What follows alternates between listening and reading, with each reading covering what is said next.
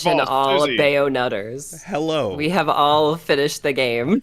Like, anyway, Hi. yes, Hi, Susie. How are you? I'm good.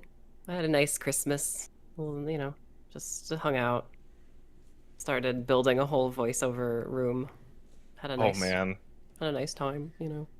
Stayed busy. Watched a particular stream of a video game of a man and his buddy going insane over the ending of something. Some good Christmas watching there, yeah? Not too bad. Yes, All Yeah, right. yes, how was your totally. Christmas, Wooly? How'd you Uh, do? I was okay. Just saw some fam and I hung out with a baby. There's a new Oh, baby in the okay. family, and just got to, just say what's up, and it was really cool because it was like the most mild-mannered, super chill baby I've ever met. Would you say Like, that it was a tender and mild baby? yeah, I would describe it that way. Yeah, the tender and mild, for sure. Like, it's a baby that refuses to cry unless something's really wrong.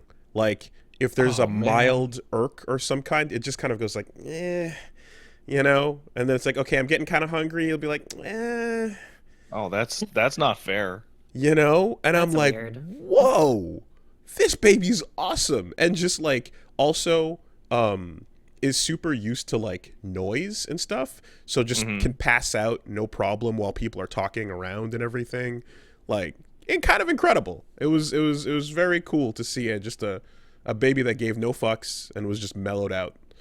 Super chill. That's how That's I a spent good my Christmas. start. I'm Yeah. just thinking like, because as a young person, I was told like, Pat, you cried all the time. It was so annoying, basically, right? Mm, Like, oh, yeah, I had colic, right? So I was just like, just constantly wailing and like a piece of shit. And it's like now the first impression that people have of this new human is, oh, hey, they're nice. yeah. It's going places. It's going good places so far. Um, Promising That start. baby's going places. Yeah, absolutely promising start. And just like, yeah, like it kind of just like it's almost just like the the effort it takes to like start baby crying like loudly is not. It's kind of like, I know that's not going to get anything done. So what's the point? See, that's not true at all. I do that all the time, and I get things done every day. Well, then and then I guess it depends on the skill of the runner. No, it depends Yeah, on the man. on the You, parent, right? the If the trick is to stamp your feet. That's the trick. yeah, get the extra Oh step in my there. God. I've done that Yeah. on Twitter to get stuff, and it always works. So, Yeah, you just go cry on about social it. media like, why the fuck do I not know who to talk to about this? And then someone just Yeah. materializes. Right. Not just someone, like 50 different people from different companies just appear in my email, and I'm just like, oh hi. Why do I have to do this? Why do I have to scream? Yeah, why do I Like, have to come go to on. a social media platform to be like, why does like Activision, right? Why does Activision not have like a little page that I can go click on and be like, talk to me about Sekiro? Why do I have to call a guy who used to work at Capcom to fucking tell me that his buddy works at Activision now? Like, it's And then silly. you have to send that whole chain of people to me so I can get Yeah. that. Yeah, Like, While no. while stamping your feet. I hate it. Uh, yeah. as To as make a for my Chris, review. oh sorry. As for my Christmas, I mean, I'm all the way out here in BC, and I didn't go nowhere, so I spent Christmas, playing It Takes Two with the wife as we tried to like slap the controllers out of each other's fucking hands Yeah. and just like unplug each other's shit and just shit was talked. There you go. Did I not warn you to just put the paper down? Put the papers down on the table and put a pen on the table so that it's there, and then just play That the game with the looming threat. I don't know. See, that was said, but like, I mean, I've gotten into like scream so loud the neighbors are gonna hear over like we can't open a jar of pickles. Hmm. And like, why can't we open this jar of pickles? Why is the pickles like this? Um, Ironically enough, I bought a jar of pickles today that we opened up no problem. did you beat it? No. Okay. No, we Did you- only did the one stream. We're gonna go back to it. Okay, how far did you get? We killed the bees. Okay. Okay. There's more game. Oh yeah, Yeah. I assume we're about a third. Yeah, there's more relationship. Mm-hmm. Yeah, okay. A relationship ending. Is that what it is?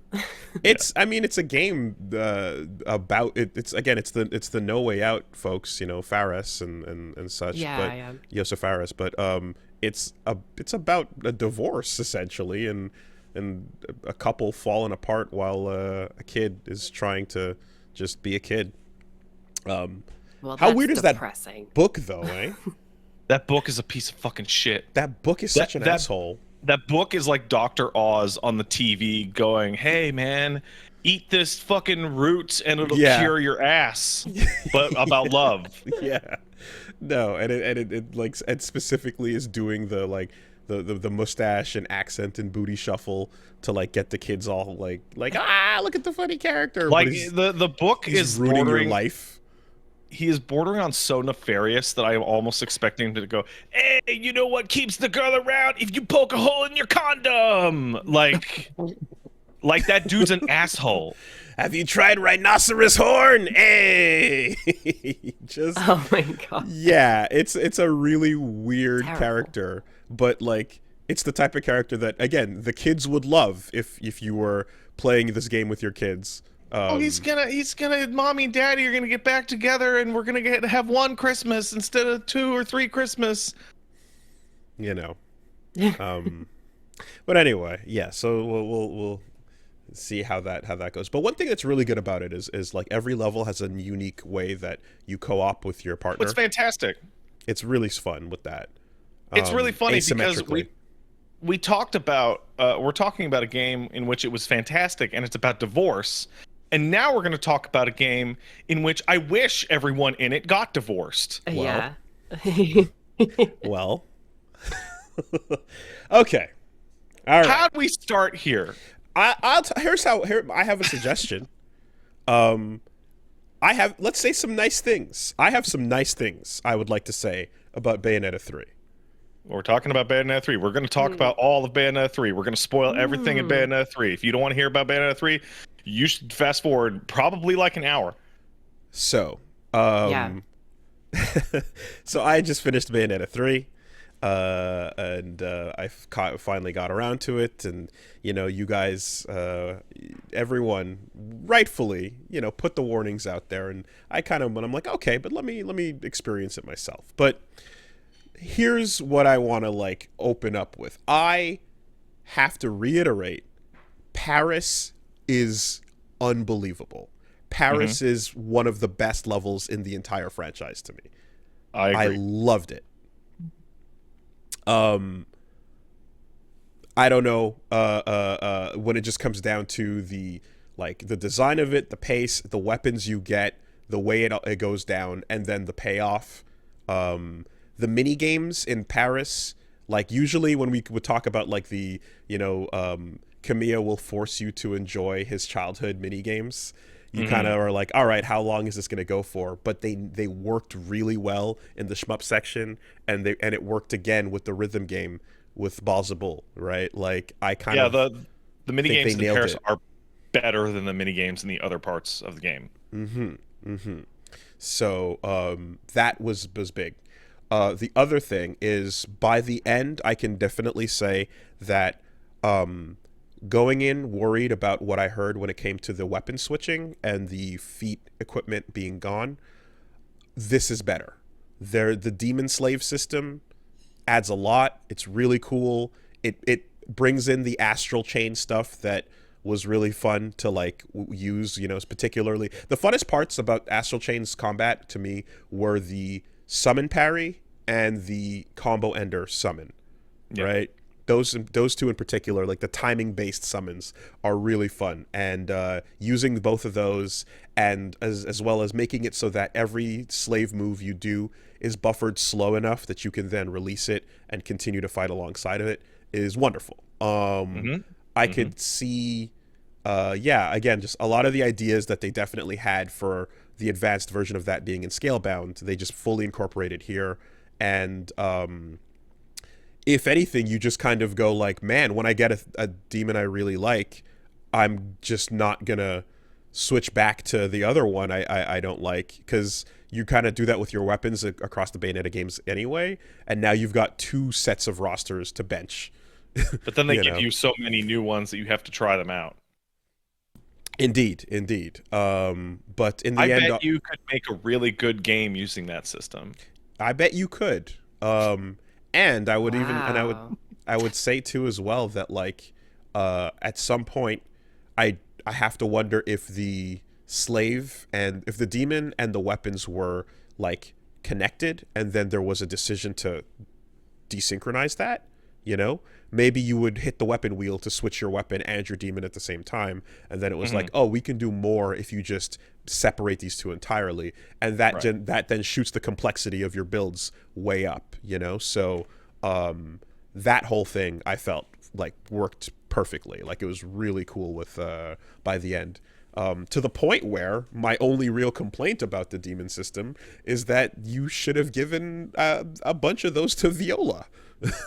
You know, she like, I feel like just give Bayo some and give Viola some, and let everyone get a turn. You know. It's like the sheer amount of weapons like doesn't make sense for them to just be on one character. You know, like there's It, so much variety and it's all just ejected into one person. so I'm thinking about it. There's 16 chapters, right? And Viola gets four chapters to herself. Uh, So she's Maybe 5. Yeah, 25%. sure. So let's say she's 25%. She has 1% of the game's move list. Yep. It is not even like she doesn't even have a second one. Yeah, that's the thing is, and I'm like, you don't, now it doesn't have to be that, because guess what we're going to have to talk about a whole bunch as we go into this. We're going to have to talk about the Devil May Cry series that this game loves so much. Yeah, And But specifically I'm gonna stop you there. 5. I'm going to stop you there, Wooly, because Okay. me and Wooly have talked about this a lot. But I want Susie's opinion on this. sure. Yes. Me and Wooly talked about this, I think, 2 weeks ago. It feels overwhelming, like more than any game I have ever played in my life, that this was in development, and then Devil May Cry 5 came out, and then they played Devil May Cry 5, and then they changed like 60% Everything. of the game to just be Devil May Cry 5. I mean, when you think about it, it's like, how was DMC5 announced? With a misleading trailer of Soldier Man's shooting monsters, and then it's a demon, and then Capcom, and then Nero. And you're like, oh fuck, Devil May Cry's back. Bayonetta, I almost said Bayonetta 5. Bayonetta Oh my 3 god. is Soldier's Man's Yep. shooting a demon. Someone goes, what is it? In Japanese. Bayonetta shows up. Oh my god, Bayonetta's back. Guys, what's the name of the new character that you play as in 5? V. What's the name of the new character you play as in Bayo 3? Viola. Eola. Viola. Yeah. No, the soldier showing So up. like Absolutely. I said the same thing. Yeah. they just like at some, like you guys said a while ago, like at some point during development, DMC5 comes out and then all of it changes. Like it's like overwhelming. I mean, it's a pretty big spoiler, but even a character like Viola gets a very Nero-like moment. It's just in the middle of the game and not at the end of the game, where she fights her dad and gets a whole new form, you know? See, but the GDC talk devil said that trigger. you got to put that at the end, though. You know. And you know what? I felt it when it was at the end. I didn't Yeah. feel anything when it was in the middle. I was Well- really confused. I don't want to get stuck into the Viola stuff so quickly, but I have to Yeah. point out, Susie, that the example that you're using, where Viola's supposed to get her silver bullet moment against Virgil, aka Strider, I think the most important thing that is the biggest problem with Viola's character is she gets her moment and then she fucking loses. Yeah. She loses She every fucking single loses. fight in the entire game. Sometimes Also- to slapstick. She loses to Yeah. thirst. She loses to quicksand. She loses to the elements. Cold. Also, the reveal of like, wow, that really strong enemy is really cool. Oh, he's an established character that I Yes. guess I know and love. In this case, I don't know, and I know, but I don't love. Yes, You know yes, what I yeah. mean? Like, That it's part just too. Hmm. the parallels are staggering. If you like really dig deep into it and put the games next to each other, it's like, holy shit, this is like almost the same game. And you know, to their credit, DMC5 is fucking incredible, so you can understand why Yeah. they would want to, but you have to change it a little bit when you change the homework. That's the whole thing, you know. But Yeah. so to but to you know, head back to point A, right? Yeah. Sorry, I just jumped to like No, point no, Z no. and We're like gonna have to, We're because gonna. this It's is gonna be a it's gonna fucking be loop we're de gonna have loop. to ping pong to do this properly, I think. yeah. Uh, you're looking at a case where Nero, when we're just talking about the moves, right?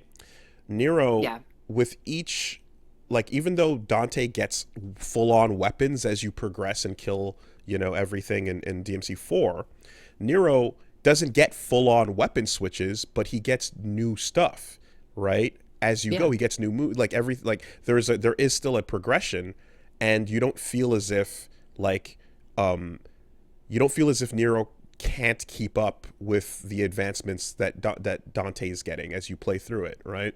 Mhm. So Viola kind of being stuck, and then you just get the trigger, and that's it. Is like it, and the trigger it's not fully a devil trigger as much as it is like It's a bad. controllable screen clear, you know. Hey, let me ask you It, about It's that trigger. reminiscent of the screen clear in Bayo 2, where it's just like you just pop that and then you just mash a button Mash and the you could kill buttons, everything pretty much. Yeah. Let me So ask you guys, how often did you actually use that devil trigger? I used it to delete a phase of a bunch of boss fights. That's Okay. kind of how I just like, okay, let's make that life bar go away. So, I used it in the cutscene that it told me to use it, and then I used it against the same boss later in the Paris section, and then I never got it to fill the bar ever again. Hmm. they don't give you Ever. enough of it. Yeah. Hmm. Hmm. And the same goes Interesting. For Bayo's like big move, you know, where you hit both Takes a of the while. sticks. Like you just don't get it. It's like maybe like once per mission. Yeah. Yeah, you got to choose when to pop that. You know what that is? That's DMC Devil May Cry level stuff. Like you barely use the devil trigger in that game, you know? So You it's know, funny when you said that, I forgot there was a devil trigger in that game. See? now it's funny you mention it, because that's where I was actually going to go next, is that I think something that was whether it wasn't intended, but if you go back to when DMC4 first dropped, Nero was received as that asshole that's not going to replace Dante, fuck this new guy, right? There was absolutely a lot of heat on Nero, and like I remember, like I was like I love Nero, like I think he's great. The style Same. of the Buster is just such an awesome change to the gameplay style. But Nero came in to heat because, you know, he wasn't Dante, and who the fuck is this guy? And his annoying like attitude was like all rah rah rah punk, you know. So Yeah, yeah. then DMC Devil May Cry came out, and everyone went, "Oh God, we're sorry." Yeah. Right? Never mind. We like I never should have talked bad about you. And so by the time he got his second arc in 5, it was primed to resume with like newfound like, okay, God, yes, he's back. Hey, he's got a haircut. Awesome. Happy to see you, man. You know, because Yeah. we went through some shit, you know? And furthermore, I would say that like in terms of just in the game, his build up, the Buster system changing over to the devil arms, or rather the actual arms for that matter, it all gives him enough time so that when you hint at or direct kind of imply like, hey guys, torch pass, right? Now the Devil May Cry shop isn't the store front with Dante on the phone kicking up his feet. It's the van with Nico and Nero driving. You're like, cool, I can accept this torch pass because they built it up over the course of 2 games. It needed that arc, and like Nero gets that full completion, explodes, pops off, and shoots for the moon, and now like everyone loves it. You're super down for that, you know? Yeah. And also, like, you didn't like murder the entire previous cast Yeah. to say that there's no Dante or anyone else anymore, for that matter. So it's It's the totally exact a successful opposite. torch It's pass. the There's entirety of DMC5 is Nero trying to bring everyone together, especially at the last minute of that game, where he's just like, "Yo, fuck this! Like, I'm done with these fathers killing each other or like, just being absentee. Like, let's come Mhm. together, guys." Hmm. Like, I think the baton pass or torch pass like analogy or metaphor works way better than I think you're even giving yourself credit for. Well, I know torch pass is like a very common Hmm. one, but its use here is so perfect because the way DMC4 worked was that it was split 50-50, right? And you get to fight Dante, which is something that people wanted to do, Hmm. right? Even if Not Nero Vante. was going to be the new guy going forward, you get well, at least you get to fight Dante out of it. Holy shit, that's awesome. He's incredible. Hmm. And then as you go through the game, Dante's perspective and Dante's attitude is taking you by the shoulders, player, and going, "Don't worry. Dante is not giving Nero the torch. They're just hanging out." And at the yeah. end of the game, the torch in DMC is the Yamato, and he doesn't give Nero the Yamato. He lets him hold on to it for a Yeah. while, Hmm. which Hmm. sets up in 5 where Virgil returns to take the torch back from the new kid, and then that whole game is going, no, that's my torch to carry on. I Right. can do it. It's mine. At which point, by the end of the game, he doesn't even need it anymore. Yeah. Fuck your torch. And the two old torchbearers just leave. All right, we'll be over here then. Yeah, It's absolutely. great. Absolutely. And you even have a little like staging in the beginning of 4, which is just, I mean, it's practically just a little like, attention grabber, but it's like, is Dante crazy and evil now? You No, know? Yeah, yeah, yeah. no. And yeah, but so like you have that whole thing. It goes exceptionally well, and the best way that it could possibly go is Nero gets equal time and the ability to, again, through gameplay as well, prove himself. Not just, hey, a new character shows up, but we're only going to give them the bonus chapters. You With know? like Right. a super fun, highly developed combat system that is like Yes. just so much fun to use, not a fucking parry that is Yeah. like worse than the accessory Wait, that helps you parry. it's so much worse. It's so much worse. The reward is worse, and then you use that you and then you throw out your round trip, and then you don't have that, and then you have a dodge, but the dodge is pretty worthless, right?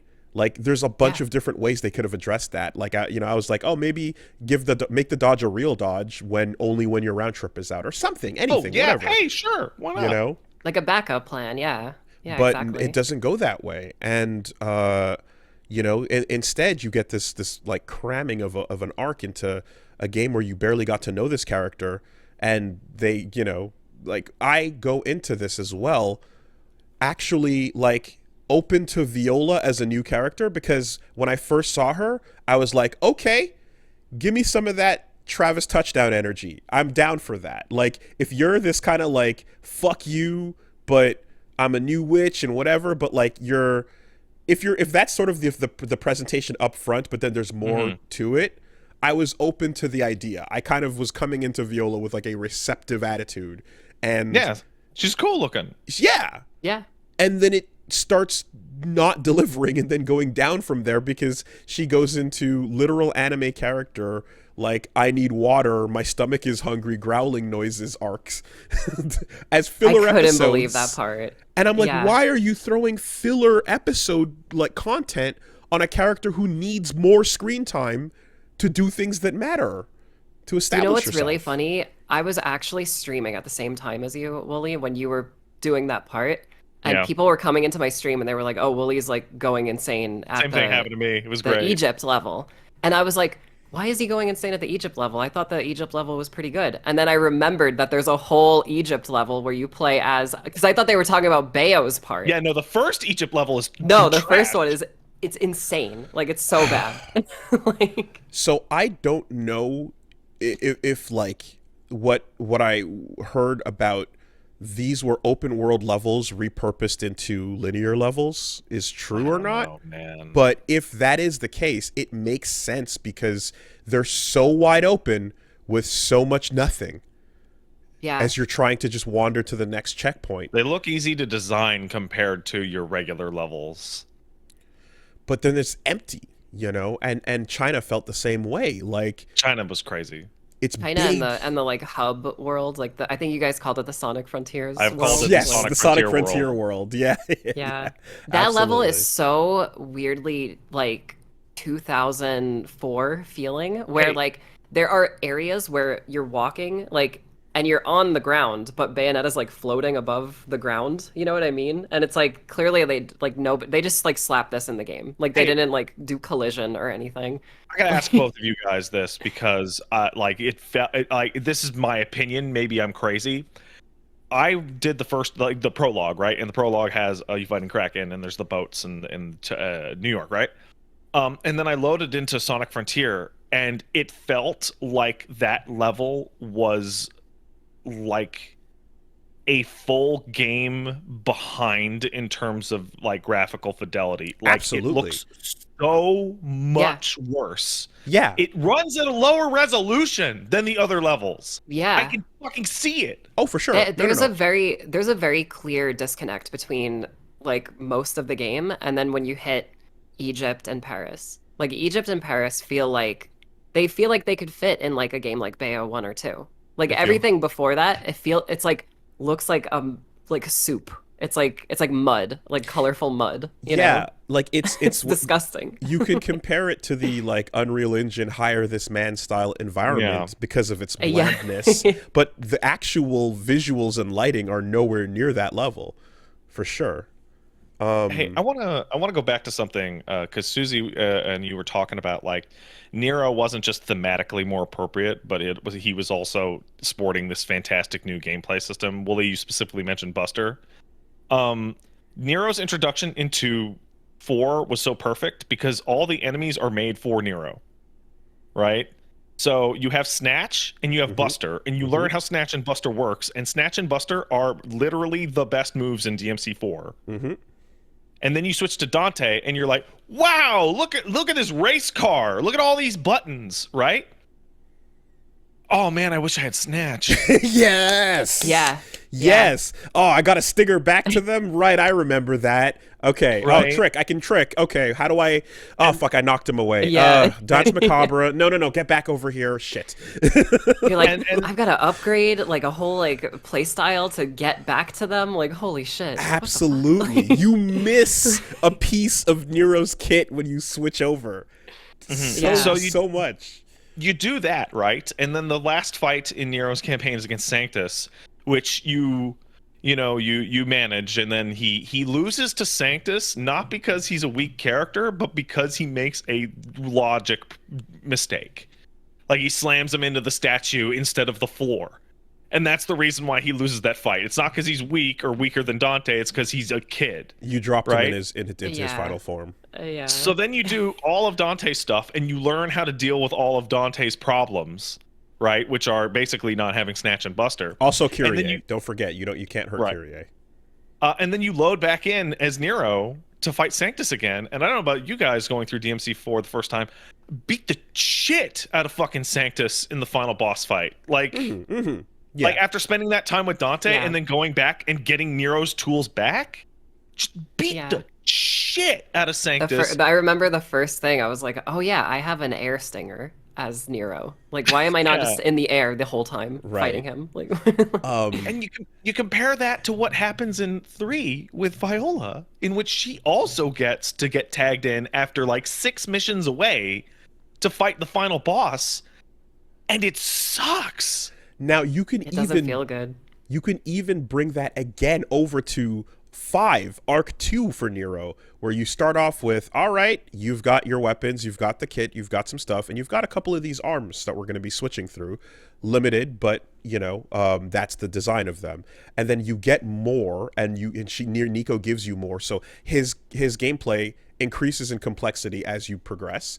But the entire time, of course, Dante is just fucking killing it, like doing anything and everything that Nero can't.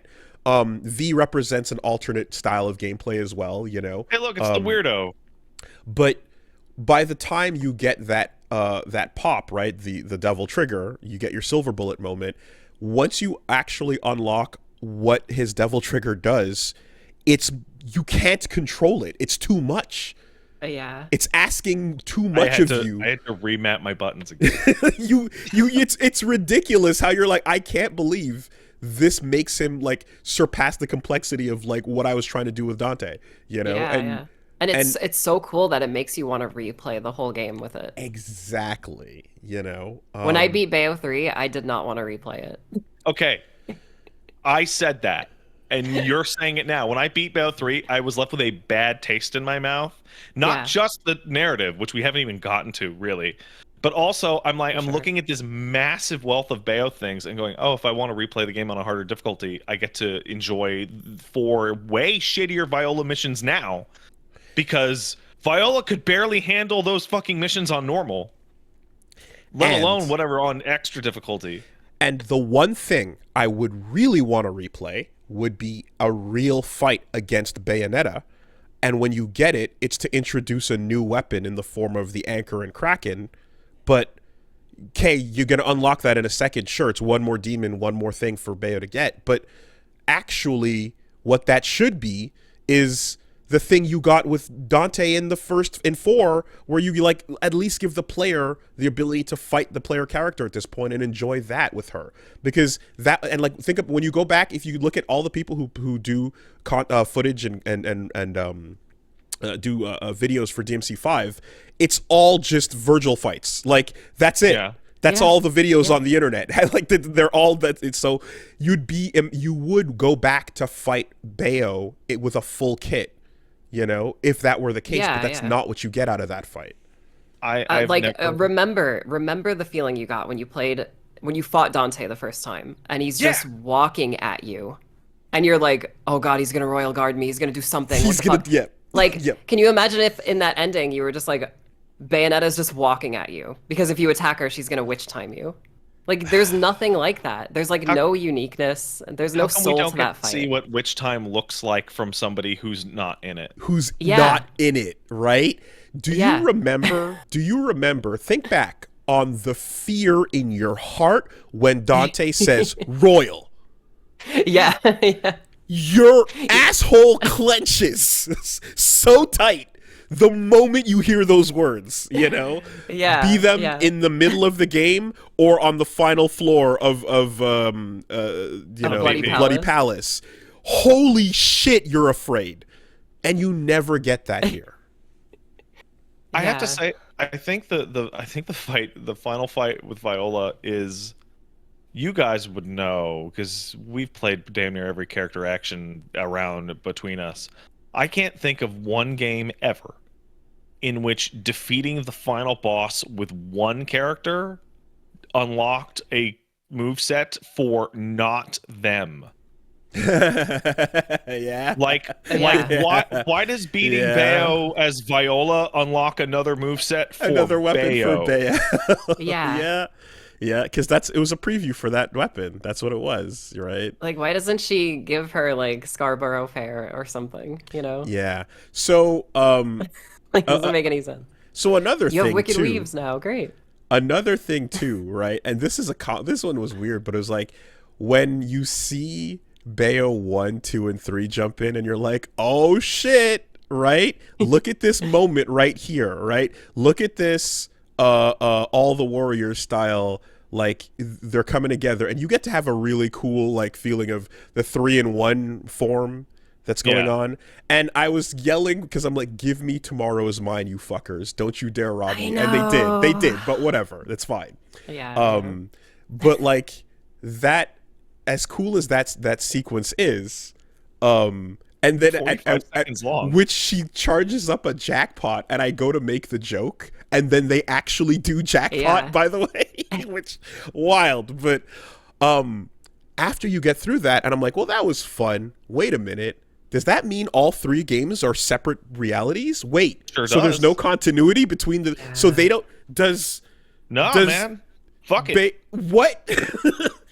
So way that I- that's something I've been like trying to figure out, and I've talked to a bunch of people who are like me, who care about Bayonetta's storyline.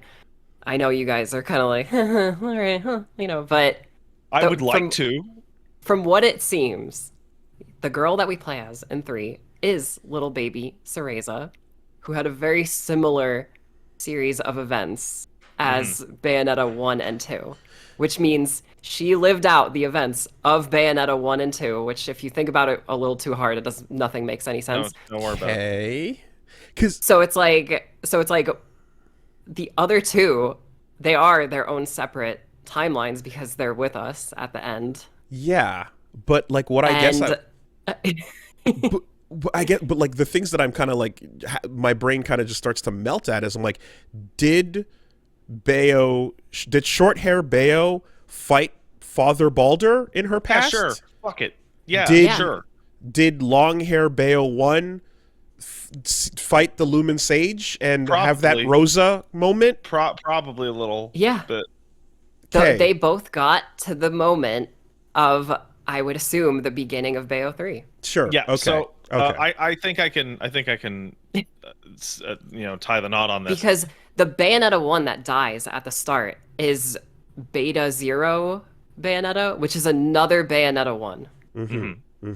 So So, the way yeah. that I interpreted it is that particularly she has the Cerazita hairstyle from Bayo 1, Yeah. the little girl's hairstyle, is that in Bayo 1, when Bayo travels back in time to give herself a pep talk and thus not get stabbed and fall asleep for 500 years, the Bayonetta in Yes.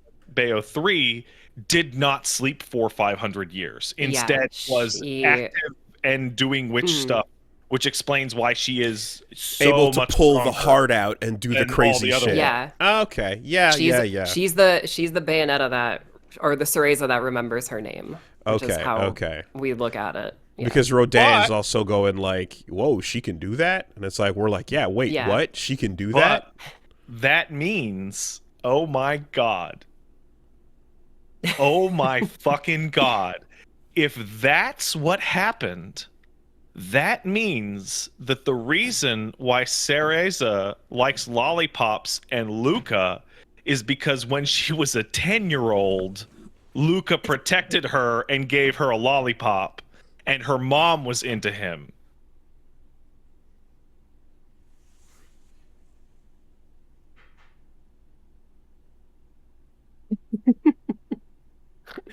Wooly, do you remember in your LP when you were like, it's not as bad as the third birthday? Grumanetta, you're a mystery. Oh my god. Oh. That's really uncomfortable, and I would like to Look over just. into the live chat I and just would- see someone go, Pat, I would kill you. I would like to really just power on through. Let's talk about the King of the Fairies. Let's just move right on. God damn it. Just Oh, you mean Lucaon? Lucaon. Lucaon. Lucaon. I couldn't Looka. just like you're spending like hours going, wow, Luca's just as much of a loser as ever, but he turns into a cool fucking werewolf for some reason. And then what could be the reason? And it's like, wow, an even lamer version of Luca that has nothing to tell you. It feels and has no purpose, and it feels like honestly it's only there because Viola needs a unique new power, and if it was just Luca being a fucking lame weirdo, her powers would just be slapstick and there'd be nothing else to her. But to give her her own unique twist, she needs a fairy trigger, and that fairy trigger has to come from a weird last minute contrivance we dropped on this completely like otherwise normal human character and just decided to fucking spotlight like crazy. I It's disagree. Which isn't, it's not something, that's not something new to the series, but No. in the other games, whenever a last minute contrivance happens, it's usually pretty fun and not just fucking stupid. I have a real problem, and this is aside from like the general plot structure. Like the way these games are written is really strange because you keep having these contrivances, and anyone, you don't have to even be particularly media literate, can go, why does this contrivance here? This contrivance is here to explain this, right? And someone wrote it down like, okay, well, we want Viola to have a fairy trigger and have a cool like Tara Branford kind of looking thing. Yeah, it's a trance. What could, and we want to have a werewolf monster that also has cool fairy stuff. So how do we do that? We'll do right. And you go, okay, so it's explained. Lucaon explains why they're fairy werewolf monsters. Okay. And you have just extracted one back and gone, now instead of wondering about that, people are going, who the fuck is this? And we've made no progress at all because now I'm just confused about this other shitty new character. Why are they there? And he goes, oh, the Malta, fucking shut up. And I don't like it. One scene. It didn't explain anything. It just moved it over one. One scene to introduce himself, and then another for him to show up at the pedestal of singularity and die? just stand there. Did he not die? I don't think he died. I think he stood there, and then they all went into the Sigmaverse. Like I don't know. I don't think that actually happened. But it's just the idea of, again, Jet Li's the one. You know, and the power of fairies comes to the Luca that we know, or not the Luca we know, as it would turn out. Yeah, it's a whole new guy. But the Luca that is from this world and not the one who showed up to give the girl the little candy back in her childhood. I think they actually went to the Ligma verse. I'm glad we all went there. Dude, those Jean mini games, man, like the sneaking and the stealthing and all that, like little we want to do a little fun mini game bit thing, where you're like, that should be Luca sneaking around with no powers. Why would it not be Luca? You know, and so the way, so the way I was going about it, I was just like, Vegeta, your mission is to sneak in, but you can't get detected. Make sure the guards don't see you. Hide in the locker, quick, Vegeta. Like, what? Yeah. You know, and I get it because there's the angle of femme fatale, like, you know, the spy hunter, you know, that you want to kind of go for with like spy action Jean and then QDJ and so on. But like, but you just feel her absence being like, well, I guess we're going to be doing this weird, like, stealth-based system with the second most powerful character on the roster who's equal to the character who's, like, fucking, like, fighting the world right now. Like, it just, you know. It doesn't make any sense. It's this weird thing where you do one mission and you're like, oh, that was fun. And then you start the second one and you're like, oh, this is not like a... This is going to keep happening? This is not, like, hey, look at the different mini game we've assigned to Jeanne every couple of missions. This is the Jeanne style mission, and it's terrible. It's also 3 characters, just like another video game that came out. I guess. But it's more like 1.2 characters, let's be real. Yeah. Like, it's 1 character and then 2 like fucking decimal point 1 character. Like, it's, come on. Yeah. You know. Okay. Before, I don't know how to put this in. I don't know when we're going to come back to it, but I feel it has to be said. I am now officially completely done with the way every Platinum game structures its levels. I am finished with 2 fights, a sequence that's cool but mechanically boring, a really, really bad vehicle section, wandering around in the desert for 10 minutes, 3 more fights. I could not believe that the final boss must have a minigame sequence, and it's a minigame sequence you already did at the beginning of the Yeah. game with no changes. Yeah. That was something like right after I finished the game, I did like I streamed whatever other game and I was talking about it and I was like I brought up the Godzilla part. And I was like, I love Godzilla. Like I love Everybody loves watching Godzilla. Godzilla. Yeah, Yep. everybody loves Kaiju battles are Godzilla. great. I don't want to play as Godzilla. Like, and then Yeah. my chat was like, why are you, but why not? It's cool. And I'm like, you guys don't understand. Like, I get pure platinum in these games. When I'm playing this the first time, I'm thinking about my 50th time Yeah. playing this level, you know? You mean your The 100th because now Yeah. it's 2? Yeah, exactly. Like, the it's so wild how like bad it feels when you take control of the big kaiju like fucking sections. And I had the spider one was infamous with me because the camera rotates as you turn. And Hey, I didn't have as much So trouble with the lame. spider one, but I will tell you, I totally agree. The spider section was like the worst part of the whole felt game. abysmal. The Yeah. thing with the Gamora bits is that like as bad as it feels there, the one where it goes side scroll and you do a little punch out style like mini game, I enjoyed those. I thought that style of kaiju battle was slow, but like the counter system and stuff was it was fun. I didn't mind those at all. But then like, and if anything, it kind of felt more like the watching an Ultraman set or watching a Power Rangers or a Godzilla set. But when you go back to the bad one towards at the end, yeah, when you're doing like this slow, you don't even have the full move set. I was trying to do like some Yeah. of the beam and it's like no. Oh, I was talking about the punch out one as the Oh. bad one Oh, because I think I the was other one's too. worse. Okay, I think No, the other one's so worse. so the other one is worse, but it's super fast. Like that section is like literally 25 seconds long.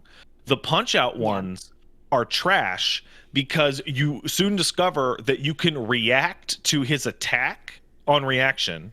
So you can do the block one on reaction, but the other two you can't react to, You can't, and yeah. you're fucking rolling dice. You're kind to of fight- guessing. Yeah, You are so if guessing. you throw out a tail whip and then halfway through your tail whip he throws out a tail whip and it somehow manages to collide with yours, here we go. We're all the way at the edges You're of the back at the screen other end again. of the screen. And now Yeah, we have okay. to come back slowly. Fair enough. Like I It- hated it. Like I just couldn't figure it out. The main reason why like the other one bothered me more is because it felt like because the camera was in a place where you feel like you should be doing the stuff Bayo can do, but you can Yeah. do you can do so much less. And right? you don't even Yeah. get like you said, you don't even get your real move set for Gamora. No, they gave the move set to Butterfly, right? She gets the moves you unlocked with her, but Gamora doesn't, So anyway, and you just kind of you sidetrack over to that stuff, and you're like, I kind of just want more verses where I can just fight as Bayo and do all the cool shit that I've Yeah. been, able to do up until this point.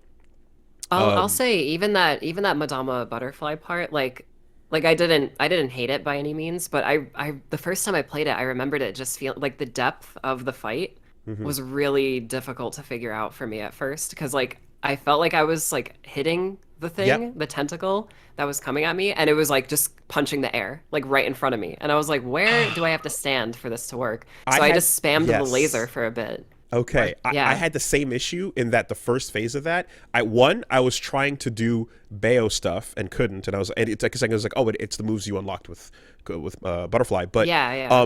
but I was also like the first phase is like the tentacles coming in and out, and you're slower, so you can't catch up to it.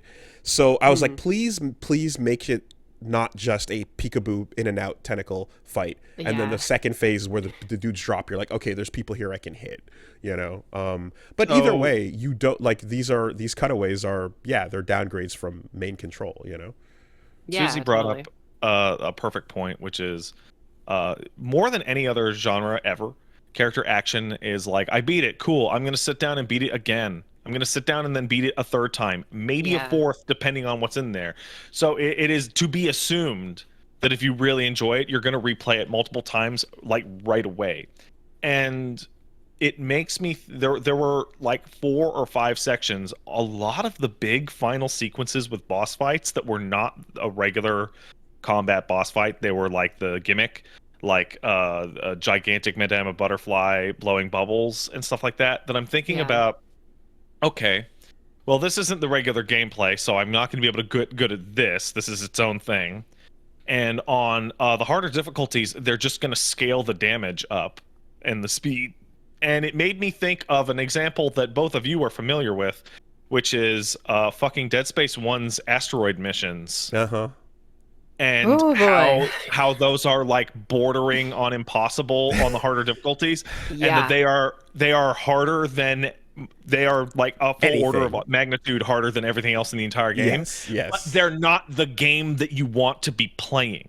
Right. So right. I'm looking at playing through Viola, and I'm looking at playing through these sections on hard or nonstop infinite, and going, oh cool, I can't wait to sit down and play for 90 minutes and have 50 of those minutes be me try to blow bubbles at this fucking angel in this fucking shitty tiny mini game that is way Yeah. harder than the fight I had to do to get to it. The Muspelheims, the Viola Muspelheims, dude. Like The those no damage things, ones? Oh Yo. my god. What are they Why thinking? would you make it like that? The So- witch time only damage ones? Yo. Why? Like the So- Joy-Cons are going out the window. Like, I'm done. Oh Like, man. So what are secret missions for? Secret missions are to teach you new things about your character. They're supposed to go, hey, Dante, you're up to mission 18. What does that mean?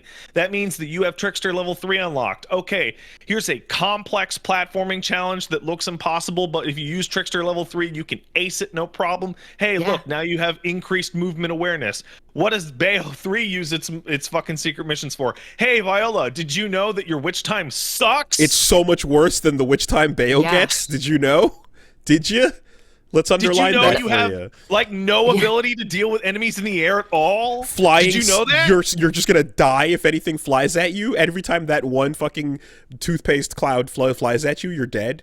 By the way, Yeah. so the fucking Do you know you're bad at this task that we want you to do? so we it's- made it that way. like like this, the way this game kills the prefix title for the enemy is almost genius, because I'm like, if it's intentional, it's brilliant. If it's unintentional, it kills this entire like fucking vibe. But the Well, they shit named that 3 enemies from Bayonetta 3. I mean, I'm saying like the Nimbo, Cumula, Stratospherus. I like, it's not even about that, right? The shit where we're like swindler of fucking progress, right? The icon of sin, the things that you like go, oh, let's fucking pop off at that title. Yeah. They're so generic from the jump in this game. They're the most, because and I guess they're human and they're boring and they're, you know, first stress Mass-produced. security, yeah, whatever. Okay, nonsense, right? Nympho, Scrotal, And you Chlamydia, like my favorite enemies in Bayo 3. and it's like, you know, like, oh, like again, desk office job titles for every one of these things. You stop caring about them like immediately. You stop reading them, because we used to do a thing where it's like, okay, Reggie would read the title, I'd read the name, or vice versa, or whatever. there's It nothing stops in there. mattering to read whenever you read it. And then by the end of the game, and again, maybe it's just like, oh, this is not Inferno or Paradiso, it's human, so it doesn't matter. It's so generic that they give up on it and just start dropping serial numbers. Like a full-on Yeah. SKU True. is just going off where you're like, oh, this is just the production line. And I'm like, again, if your job was to show how bland the entire Singularity Force is, so that we don't even care about their names anymore, or their titles for that matter, then sure, succeeded, you know? But the vibe of the Sensodyne book, was my favorite boss, by the way. Sensodyne. the vibe of the book opening and introducing, you know, the angel or the demon to you, and then like their fucking infernal title was such a cool thing. And it's like, man, who cares? Who actually cares? Why are you reading this? I just answered so I said, hey, name 3 enemies, and I did that because I can't. I literally can't. And then I sat there for the whole time you were talking, trying to figure, can I remember 3? And I can. I can remember 3 enemies names in the game: Strider, Umbran Witch Rosa, and Dark Bayonetta. are the 3 enemies that I can remember their fucking names. Wow. Sure. The only ones that aren't part of the fucking primary enemy force. Yeah.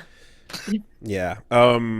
You know, discount toothpaste Warframes. They That's look so much like Excalibur. That has to be like I refuse. I refuse to believe that they're not based off of Excalibur from Warframe. yeah. It's the same color palette, just a little greener instead of gray.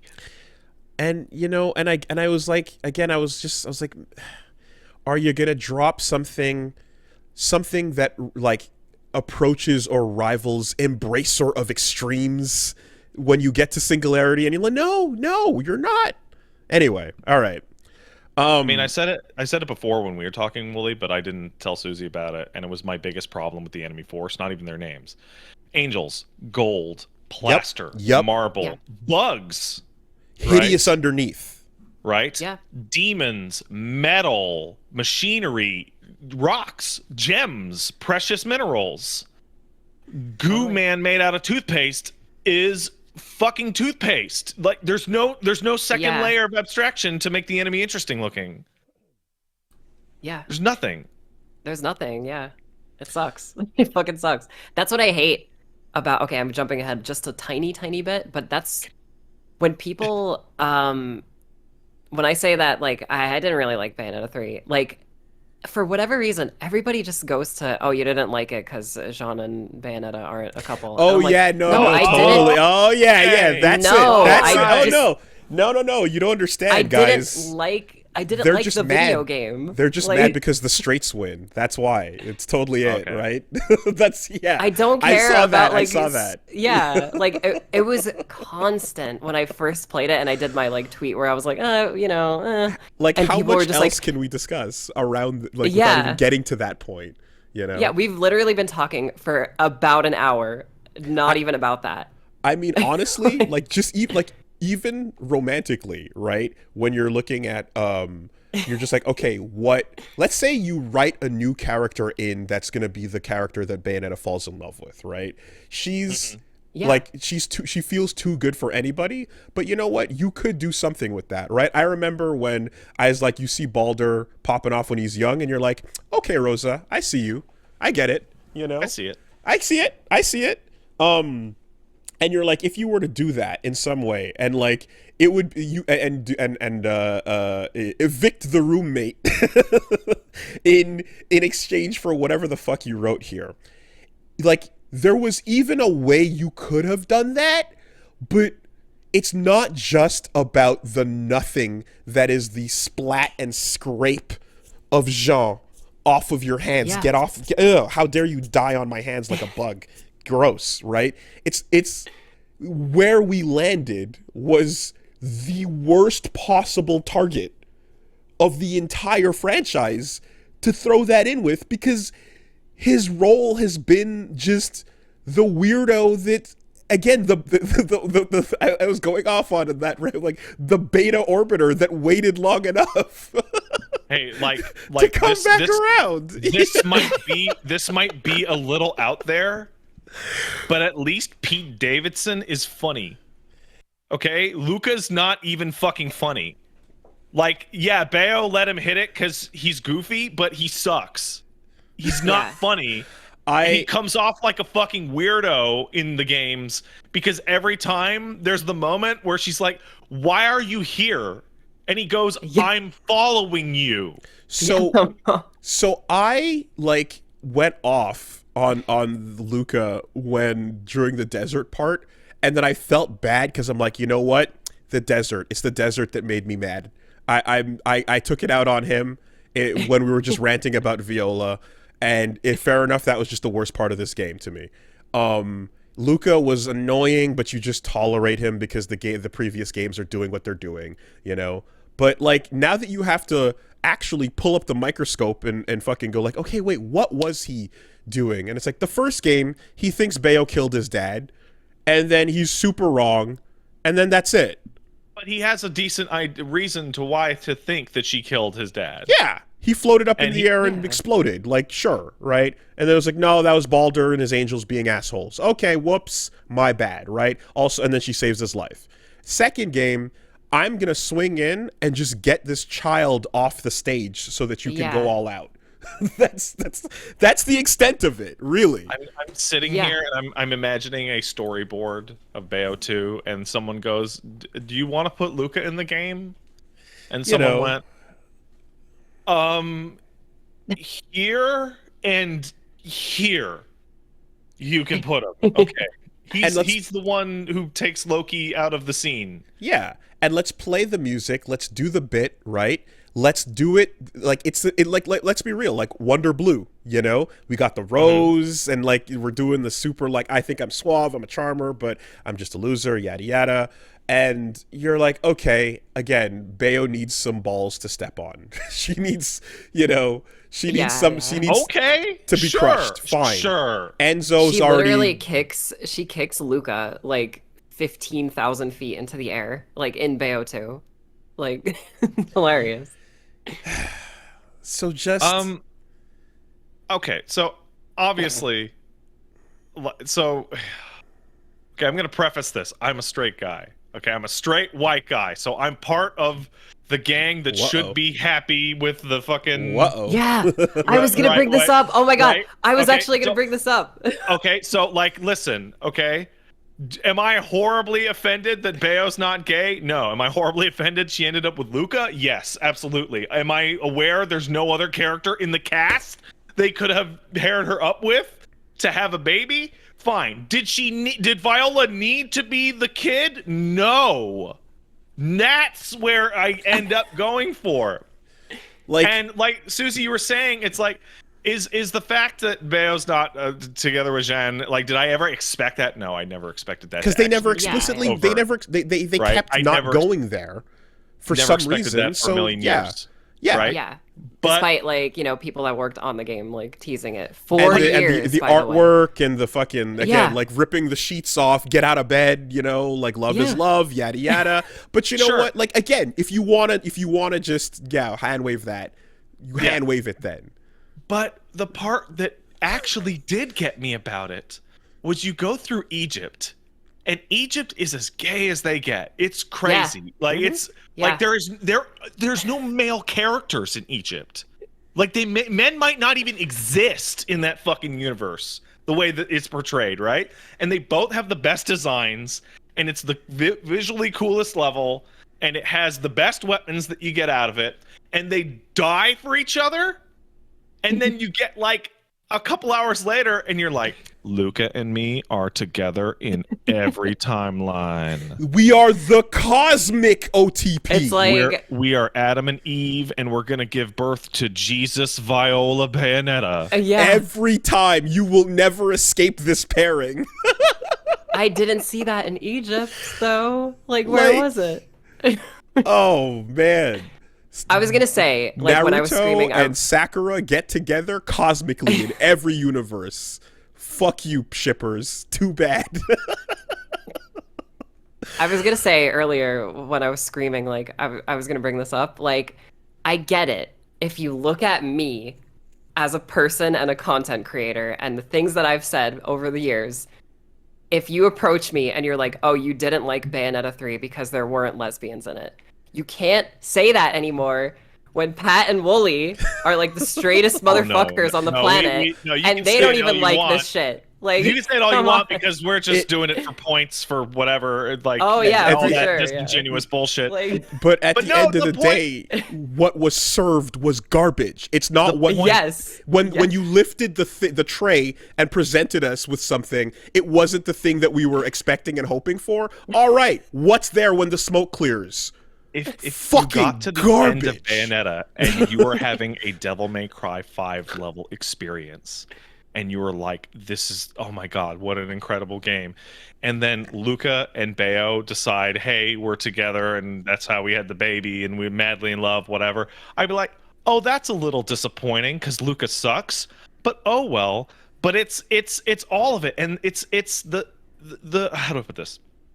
It's tough to untangle, right? Because There's, oh no, Bayo's not gay. Ah, sad, it's terrible, it's horrible. Yeah. Reason why that's terrible is because one, she ends up with Luca. Two, that saddles us with Viola, who is like a fucking albatross around the game's neck.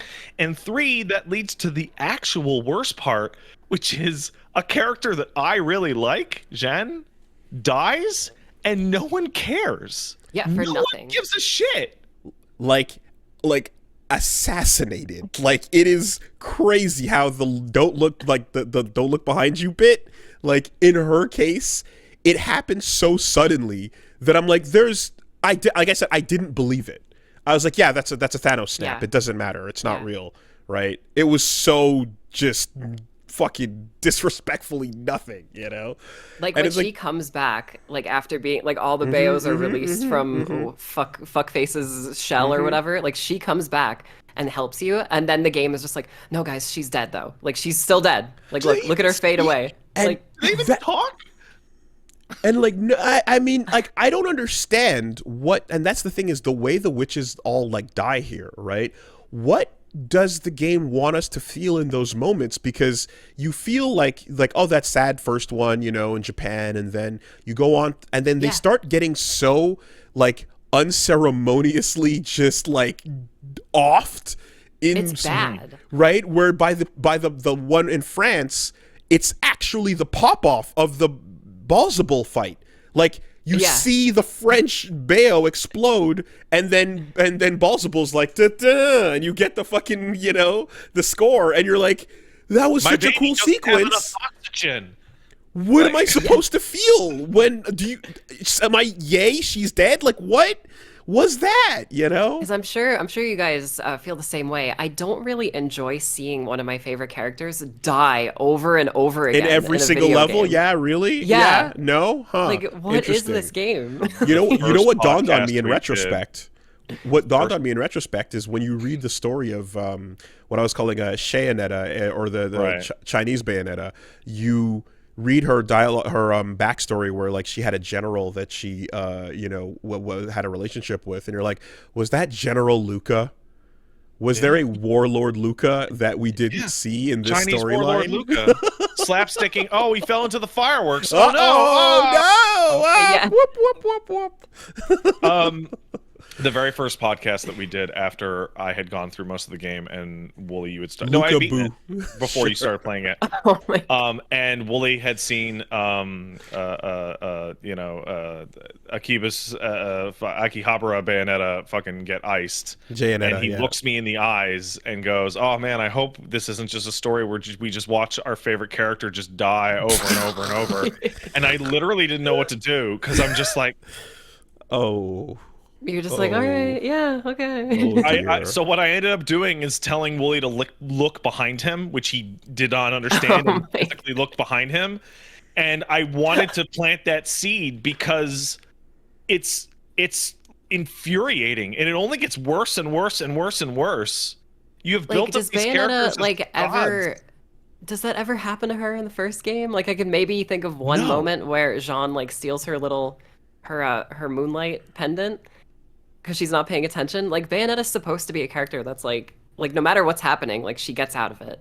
You know? Like like there's that scene where she's like, I feel like a fucking celebrity in this town, and then the thing falls on her, and then like a millisecond later she's somewhere else. You know, like There's tons of shots I of hate her this. and Jen just Hate like it. ducking their heads of And- stuff coming behind them, particularly in the intro sequences. Like, it doesn't make any and, fucking sense. and again, like your roommate's soul gets knocked out of her body.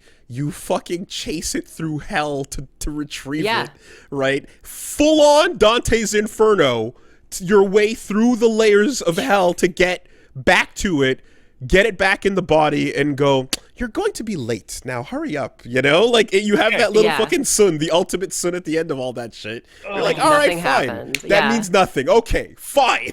Yeah. Fine. Yeah. you Now know? let's get back to business. You know. So Meanwhile, Rodin is just polishing glasses as the universe comes to an end, you know? I don't And understand. in that, by the way, in that moment that you just described, Willie, Rodin like helps you at one point, and it's like a Yes. huge pop off moment. Like, Yes, where the because fuck is this guy? Because like, he where is wants, he in 3? at bare minimum, he wants Alrune as a demon weapon, you know? At Yeah. bare minimum, right? And he's got, like, if you're like, Rodan is self-interested and doesn't care about the you know, the Bayos and the worlds of the universe dying or whatever. It's like, okay, but at bare, you know that he wants his souls, right? And that every time a universe is getting wiped out and all this shit, he's losing out on all that. Like, you know, it beggars belief that Rodan doesn't do anything, because it doesn't even it's not even consistent with anything. Like, the guy doesn't get involved in like the plot of 1 because he's not interested. He does get involved in the plot of 2 because he feels like it, and he's mercantilely interested, like you said, in something going on. But also, come on, he helps out his buddy, right? In 3, exactly. the entire multiverse is being crunched into a dot, and every single thing everywhere is being killed. And He he's has like, to move "Yeah, the just gates of polish hell." glass. he has to move his physical fucking, you know? Susie, Like, I'm you curious. could have had like one scene of like somebody calls Rodan on the phone, "Hey, what's up?" And he's just in like, he's in like London, just fighting a big whale monster and going, "Yeah, I'm handling it." Whatever. Imagine sure. imagine for a minute if you get to the final fight and you're about to fight Singularity and you're in the crushed ruins of New York City, and the Statue of Liberty's head is right next to you, and just right on the street is a lone telephone booth that somehow still has a connection. Right. And Bayonetta calls Rodon, and she's like, "I just don't know what to do." Need a pep talk, man. I Yeah, mean, like maybe that would have made it better. Who knows? or you one of those chats from that you have with the bartender at the bar, you know? Like, yeah. and because that's the other thing too, is like, as it's all falling apart, like, you're also going like, if we have to invest time in any one of these supporting characters, you picked the wrong fucking one. picked all the Everyone wrong loves Rodin, the All-Father, the fucking Fallen Angel, all of that shit from the previous games, being the Platinum Ticket, you know, all that was such a cool pop-off. And like, everything here, you could have, and not even romantic or whatever, just like, you could have had him play a role if you wanted to go into the supporting cast, you know? But instead, Yeah. again, just nothing in that direction.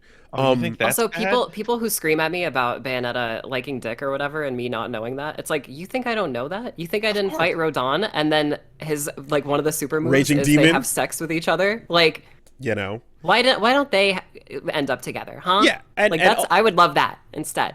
yeah, and No, I get the impression, honestly, like, in my head or not, that Bayonetta is kind of like a Dio. She just fucks what she wants. Is Yeah. what I get out of that. That's the energy. She's you know? Bayosexual is the way that I interpreted in my mind. Sure, yeah, Diosexual, exactly. Yeah, whatever. Like, you want to talk about them picking the wrong supporting cast? Like, we've been shitting on Luca for hours, like an hour and 20 minutes now.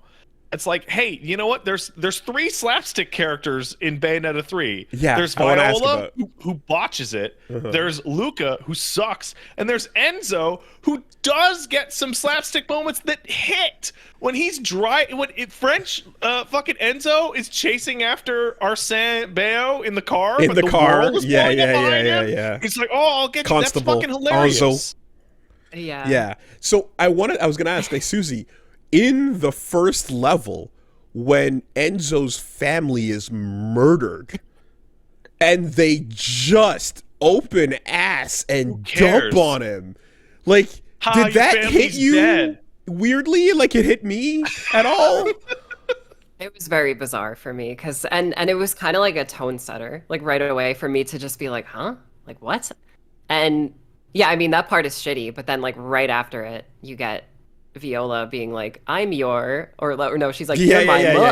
yeah. And then like, and I just knew we were gonna go downhill from there. But yeah, it just Bayonetta comes off like a sociopath, like where before in Bayo 1 and 2, you get the feeling, okay, Bayonetta doesn't really care. She's Bayosexual. She fucks whatever, blah, blah, blah.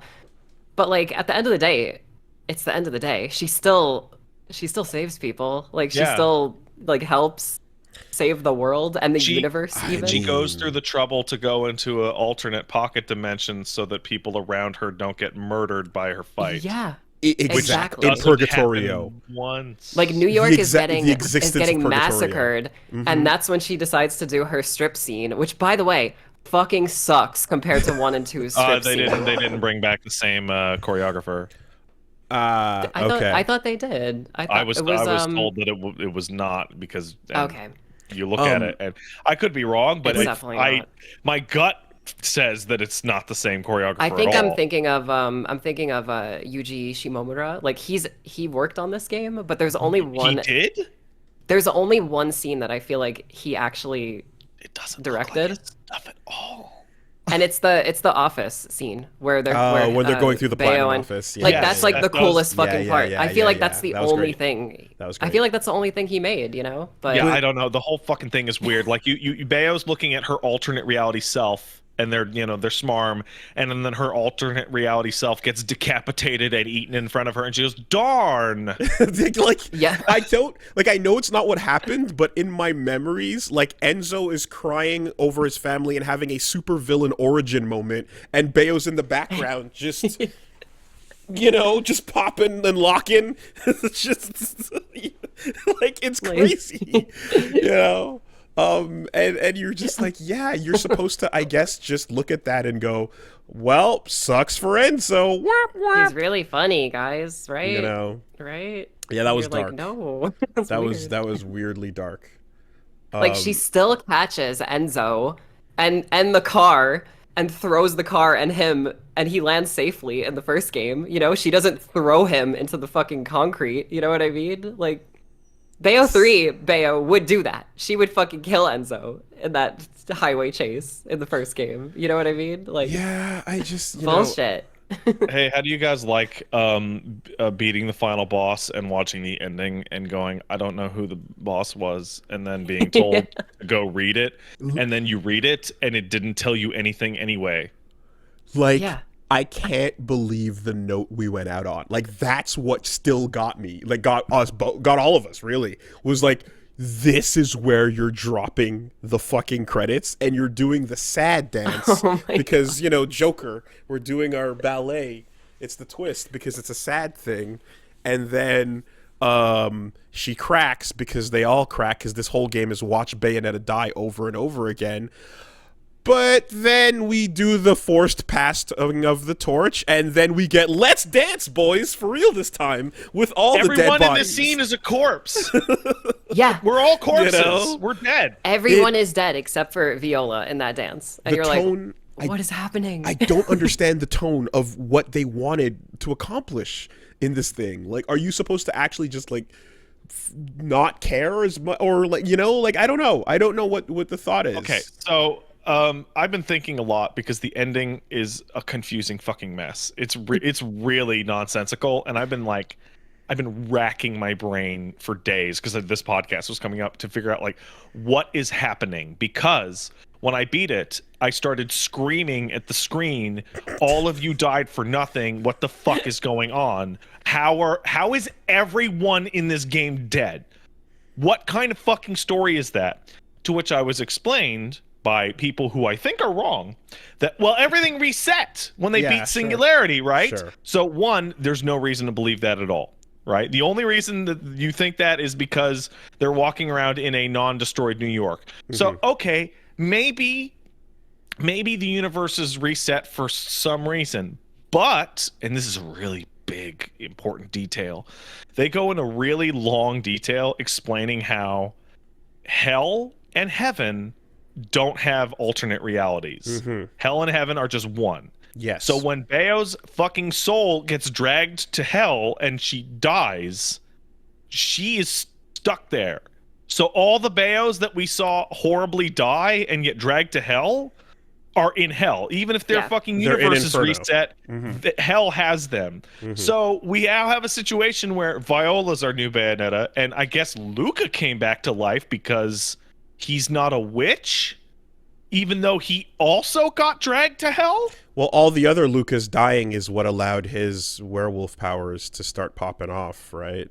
Because fucking Enzo or Rodea says like, "Oh, your dad'll give me guff if you're late or Yeah. whatever," I still don't know what that means. implying that Luca is the only one who is still alive.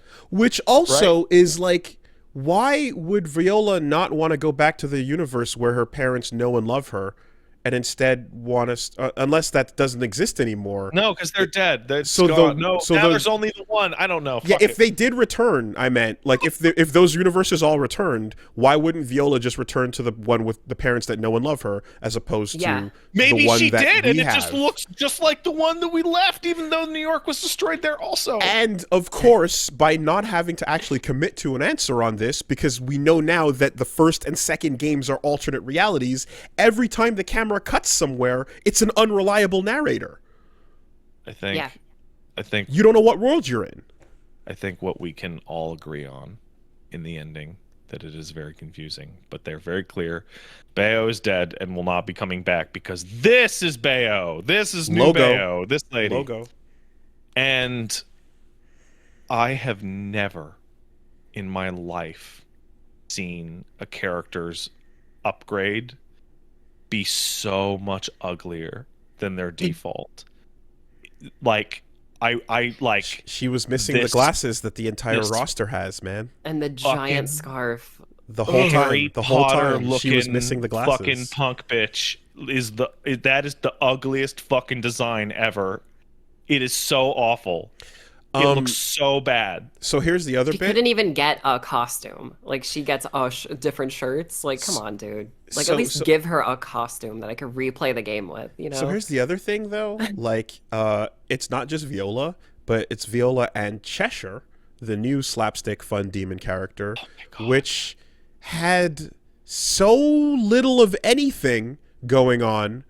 And all I can do is Yeah. think back to a comparable in stature demon where you're like, you know, by the end of 5, when we had to say goodbye to fucking Shadow, Phantom, Griffin, like, you're like, oh, Nightmare, rather. Like, you're just like, I like Griffin. Griffin is sad. This is sad that Griffin is going, like, to die. You know? You're like, what the Yeah. fuck? Like, it just... It also clashes horribly with the gameplay because you get into this situation where you're like, Viola and Cheshire will go out on new adventures. Aren't you excited? By the way, here's more weapons and summons for Yeah. Bayo. Like that you won't get in the next game because yeah. because she only what the fuck? Yeah, Like, that's where you hit the player with, like, here's a taste of what's to come in the next game, perhaps. Just like how Nero's DT, like, can potentially lead to that as well. Like, if another Devil May Cry comes out with Nero in it, you know he's gonna start with that DT, you know? Yeah. Yeah, no, the line, yeah, adios little chicken, you know, the fucking Yeah. Dante drops. Like, you and while you're playing as V, and, you know, he's going through all those levels, he's talking to them, and he's talking, you know, in particular to Griffin, and, like, that's serving a role of, like, having someone to play off of that works for establishing him, and they're fun, and yada yada. Cheshire could have helped make Viola better, right? But instead does pretty much nothing, rides on the penny farthing, and then helps find water. Like, literally, let's dig up a water well mini game. And you're in like, one of the worst levels in the whole Yeah, fucking series. and like- it's just like, you could have had them playing off each other in a way that like, you know, made us like them, both Viola and her, and or their dynamic, you know. That was an opportunity wasted there as well, with Cheshire at the end just kind of being like, all right, I guess, I don't know, he's a weird cat thing.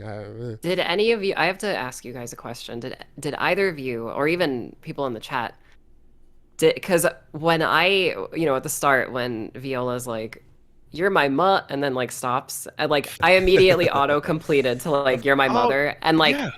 from there I was like, "Oh shit, fuck it, like, whatever." But then my whole, like, brain was like, "Well, who's the father? Please don't be Luca." But when I finally played as Viola and I did my first double jump Oh yeah, no, yeah, 100%. and the fucking zip line came you saw out, the I zip was like, line. Yes, I was exactly. like, "Oh no, Yeah, it yeah, is yeah, Luca." 100%. There's no way out of it. So what Yeah, happened? like What happened with me was I made a joke earlier where I said like I'm half expecting there to be a cutscene where Jean and Bayo are talking, and then Bayo goes, "Really, Jean? So this little one, huh?" And she's like, "Oh, well, I guess I had that was a long time ago. You'll Yeah, have to tell me sure. about that yeah, night, you know, or yeah, just whatever." something. Yeah, and I so just and based on that, I was kind of like, "Oh, are they literally doing Virgil and Nero, right? Where it's kind like of, it's Jean's kid with Luca or something to Oh that god. effect." But Oh, that obviously did not turn I out to be the case. But the response to that moment is kind of what made me go, "Uh-oh, oh no, I hope I didn't nail it," you know? I Yeah. just I mean, that like following the podcasts, like it was just like when Pat is like, "Woolie, you have all the pieces. You could yeah. figure the answer out." And you were Yeah, just you were like, "I like, I don't don't like like the I answer." put and I'm like, I put it you're back on not the stupid. table. You know exactly what's happening. Don't pretend to be stupid. Oh man, like are you really like is Luca the one who was there all along, floating, Yeah. being right there, just like it's me. I ended up with Bayonetta. It was him all Yeah. along. I got in there. I didn't think I'd be Can able I to, but then I can I did. just say something too? Like since this was something I thought about and like immediately because I was like trying to find the silver lining after I beat the game. And the silver lining that I found was, well, since 1 and 2 are separate universes now, and like tons of people were on this like Bayo Jean ship, I was like, oh yeah, well, since it's a different universe, you could still go with that. But then I was Nope. like, wait, but they all die regardless. So They're all dead. even if you like that, fuck you, you're not gonna have it. Like even Yes. if that's your headcanon, they're dead. They're Not fucking only are dead. they all dead, but Bayo 1 and 2, who fused with 3, all got dragged down to hell together, kissing Luca. They made sure that you knew because I'm they just fused them all together. Like I know it's not fair to be like this is what they should have done. This would have been better because I don't make games. But I'm gonna do it anyway because I'm sitting here and I can't. My brain just keeps going back to Viola's big moment. Viola's big moment is it's the end of the game and you can feel them getting ready to give her the torch and this big dramatic fight is happening. And we do the thing where Bayo has some pull out all the stops. Ah, the alternate Bayos are here, or the Bayo 1 and 2 Bayos are here. Right. And then she gets tired because the boss and gets to a new form. And in the cutscene, here we go. Viola's got fuck Yeah. off. Yeah. Just Yep. backhanded out of the shot. And Yeah. I'm in awe. I'm in disbelief. Do you remember when Trunks showed up and Frieza beat his ass for 10 minutes? Do you remember that? How cool Trunks was when Frieza just beat his ass into the dirt for 10 minutes on fucking Trunks' first time he showed up? I remember. I don't seem to. But okay. But the thing is, in establishing Trunks' power by fucking annihilating him and showing you the new numbers, remember when Nero afterwards runs up to Dante and Virgil and they both go, "Buh, stay Yeah. out of it."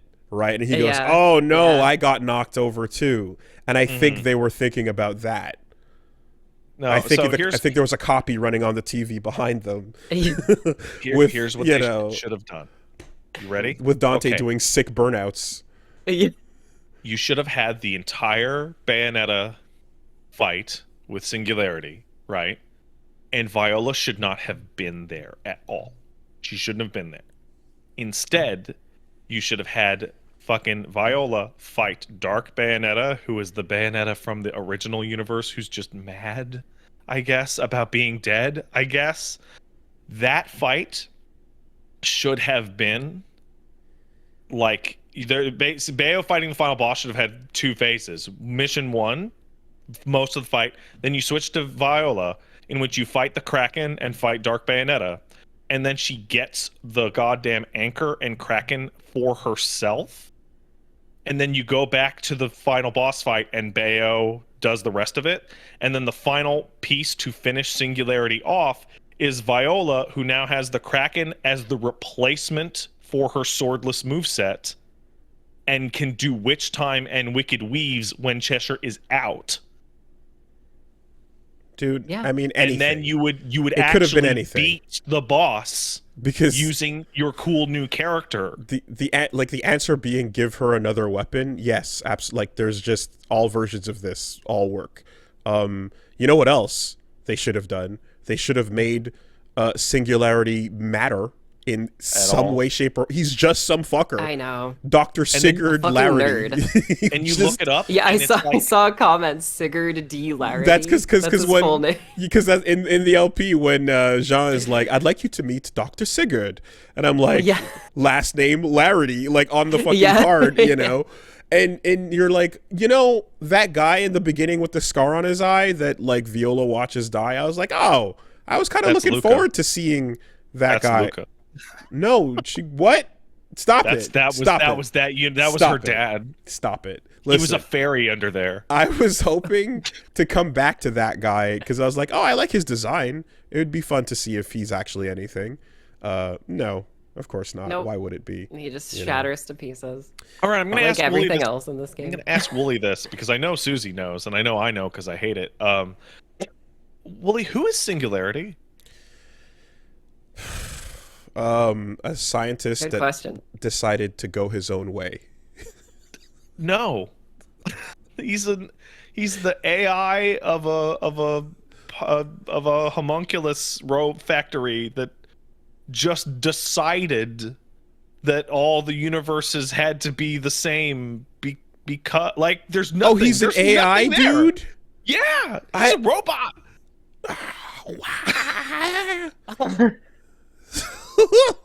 I thought I just well, news to me, man. Like there's nothing there. Like there's And there's, that's there's what nothing. makes me me just like constantly ask the question of like, which Bayonetta fan are there any who asked for this story at all into the Bayoverse? I've never once in my life wanted to think about this. If Like- it was just a continuation of 2, let's go. Like, why do we have to have this at all? Like you just 180'd the main villain's entire backstory, and it meant nothing to the conversation. Hey, let me ask you guys a question. In my head, Who was the coolest character in Bayonetta 1 that was not Bayonetta? I mean, it would be Jean or Rodin, depending on your flavor. Oh, not Baldur? You didn't feel that way? With all the Lumen Sage stuff? In one, In Bayo 1? Yeah, in no, one, yeah. definitely What not about Baldur. two? No. It was the 2, Lumen fucking yeah. Sage. Okay. Yeah. And Not one, though. going into 3, you're like, oh man, infinite universes. I can't wait to see Lumen. Oh, I guess not. Oh, I guess yeah. not. We How'd they saw even show Rosa up? for a half second. We saw that, and she did bring the Umbran fucking armor back. And that the clock tower being part of the lore is so sick. Maybe so cool. maybe I am stupid because I saw that it was a multiverse story, but I was like, oh, it would be cool if you did like the opposite of the main character in a cool way and gave us the goddamn Lumen Sage moveset that was stuck in multiplayer. Yeah, Nope. that would be great. That would have been great. No. That would I have been worked great. hard to unlock that guy. Then you I have to play the shittiest fucking co-op AI missions available. you There's want to still talk one guy on there on matchmaking. you want to There's talk still about one like dude. like possibilities. Like you could have had like guest universe ghosts be like slave controlled game mechanics, you know, like for some whatever contrived plot dumb reason, who cares, you could have like a Viola summon in a Lumen Sage for a couple seconds to do stuff like Why not? you can do anything you want It's a to fake make it fun. thing. It's not a It's real not a real fucking. thing. It's a video game. You can do whatever you want. You could be like, you've unlocked Rodin for a couple punches. Guess what? He's awesome.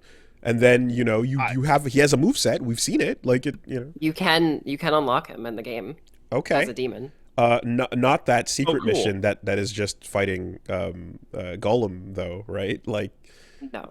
okay. All right. No. And hey, if you Yeah.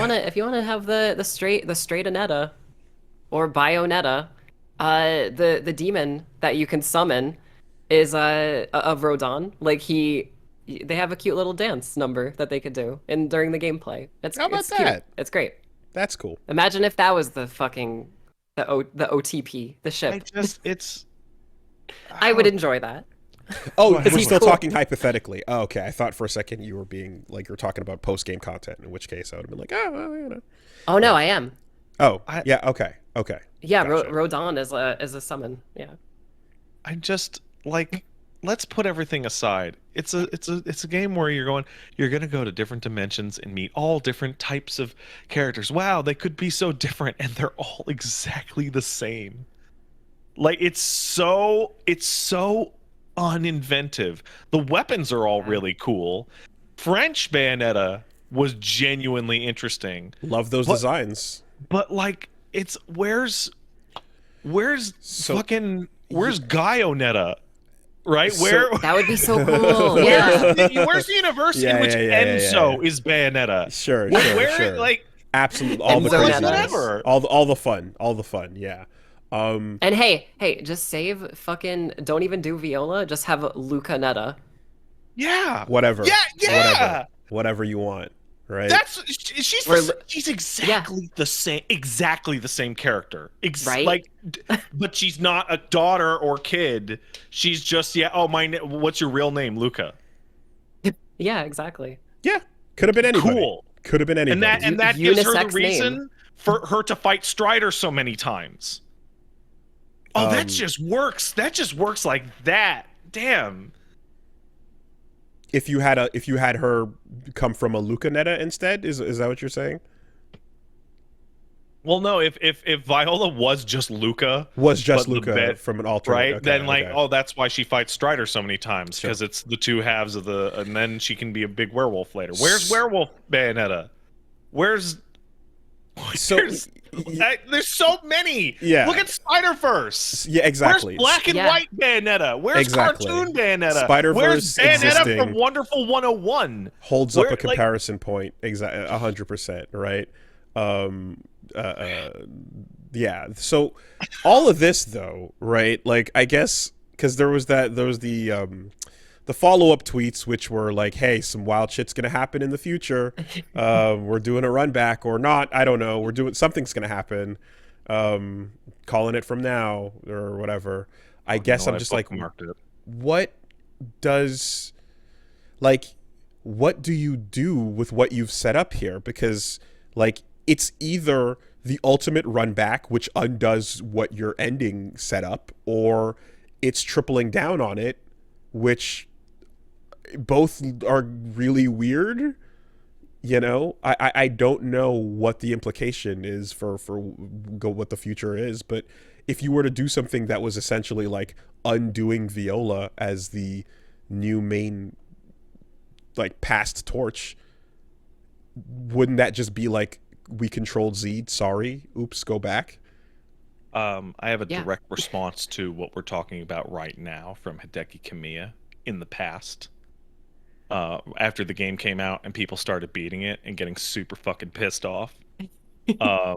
Oh yeah, here's Susie responding. Here's Susie being quoted in this fucking Kotaku article, actually. Oh God. Yeah. Oh no. Let's see. I saw that they dropped the podcast clip in that article too, actually. Let's see. Hideki Kamiya says Really? fans who did Yeah. not like Bayo 3's ending should, quote, not touch the series in the future. Right. I didn't think it was unexpected at all, but it seems the ending of Bayo 3 was not conveyed correctly to everyone. So I think Bayo 4 will be an unexpected development. After all, when Bayo 4 comes out, I'm sure there will be people who say you added that as an afterthought. So I'll say it now. Wow. This is what I was referring to. Yes. Let's see, there's more. In a follow-up tweet said that folks who didn't enjoy Bayo 3 and had become, quote, maddened poisonous radio transmitters should stay clear of future entries, especially if their outrage was due to how the game handled a specific character, i.e. Bayonetta.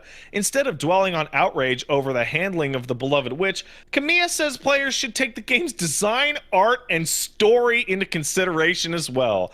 I feel I'll never be able to interact with a person who puts so much into one element, e.g. a character, and judges based on that alone. Okay, So the game itself is mid as fuck, you bald asshole. I I really, when I heard there was like a Twitter follow-up thing, I thought that it was like, oh, the reception was rough and it sounds like we're gearing up for some sort of undo or major turn in the future. But it again, with that article, it was like, no, it actually is, it's that, but also a doubling and tripling down of like, all right, you know, fuck everybody then, I guess. So like Yeah. I can read between the lines, which is the next game will have Bayonetta back as normal, and everyone's gonna go, "What? The whole last game was about killing her over Can and over," I and he'll go, "You didn't understand the ending. Obviously, they all came back to life. That's why we didn't show it." can It'll I be just called say BMC, Oh BMC my- Bayonetta. Big B, little M, big C. Can I say, I think what you just said, Pat, Not in is a what's million gonna happen. years. Oh, absolutely. Yeah, not in a million years. And she pulls a short-haired wig off, a short blonde-haired wig off. That's gonna happen, what you said, Pat.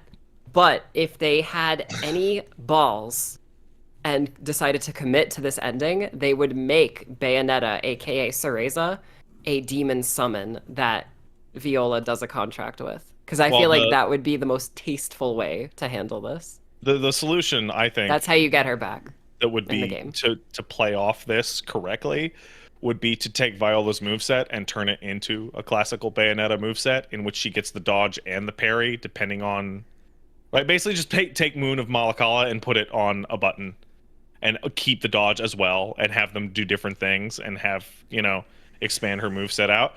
I said it when Woolie first started playing Viola, and he was like, I don't know. And then he used the same example just a few seconds ago. I don't think round trip is a cool enough move to base an entire character on. And they did that already. So the biggest problem is that, okay, Trish. we have a character that throws her sword away and then punches. And, well, Trish in DMC4 is that and is 100 times more in depth than Viola is, Yeah. and she doesn't even have witch time. Yeah, and the play style is like super simplified where every button does something different and it's like actually fun to play as, you know, or play with, I should say. Like I don't know, man, if you're gonna Also- copy homework, like just don't copy it badly, you know? Also, Like just copy it wholesale. Like if you're Viola's gonna do that. punch moveset is bad. Like It that's is the bad. biggest problem. It's really, really bad. There's a lot of flurries that lock you into place. You're disincentivized from throwing your sword away, but you should be incentivized to throw it away because A, you get Cheshire, and like you know, but now you also don't have the defense. And I guess the idea is like, oh well, put all your power over there so that you lose it over here. But that's not fun. Like it's you know- just it's not the fun solution to the problem. You know what? I'm thinking here, and we have glossed right over it, and I think it's because of our play styles. But character action games, particularly in the Devil May Cry Bayo type, there's three things that you have available, right? You have your demon stuff, be it a Wicked Weave or Cheshire or, you know, what have you, right? Big, sweeping, cool moves. You have your melee combat, right? And then you have your guns. And Viola has Lucia's guns from DMC2. Yep, She she sure throws does. the Darts. darts, Mm-hmm. and they're terrible. Mm-hmm. They're Like they're not even awful. as good as Nope. Lucia's Nope. little daggers, yeah. And when you get really annoyed with the snail and say, I'm not gonna fucking fight you anymore, and you sit back and throw darts at it, nothing happens. Yeah, Because you don't feel good as a video game player. you Yeah. certainly don't. Ugh. You certainly don't. Ugh. Yeah.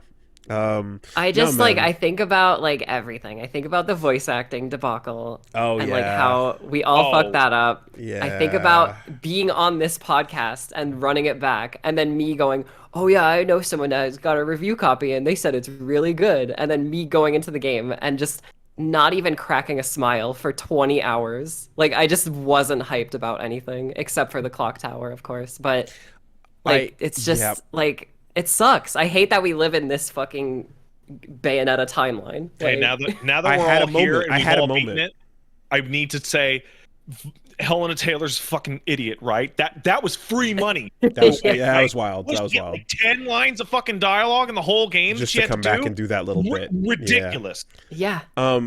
No, but I mean, again, it was like, but that was also the proverbial olive branch after the initial like contract stuff, you know.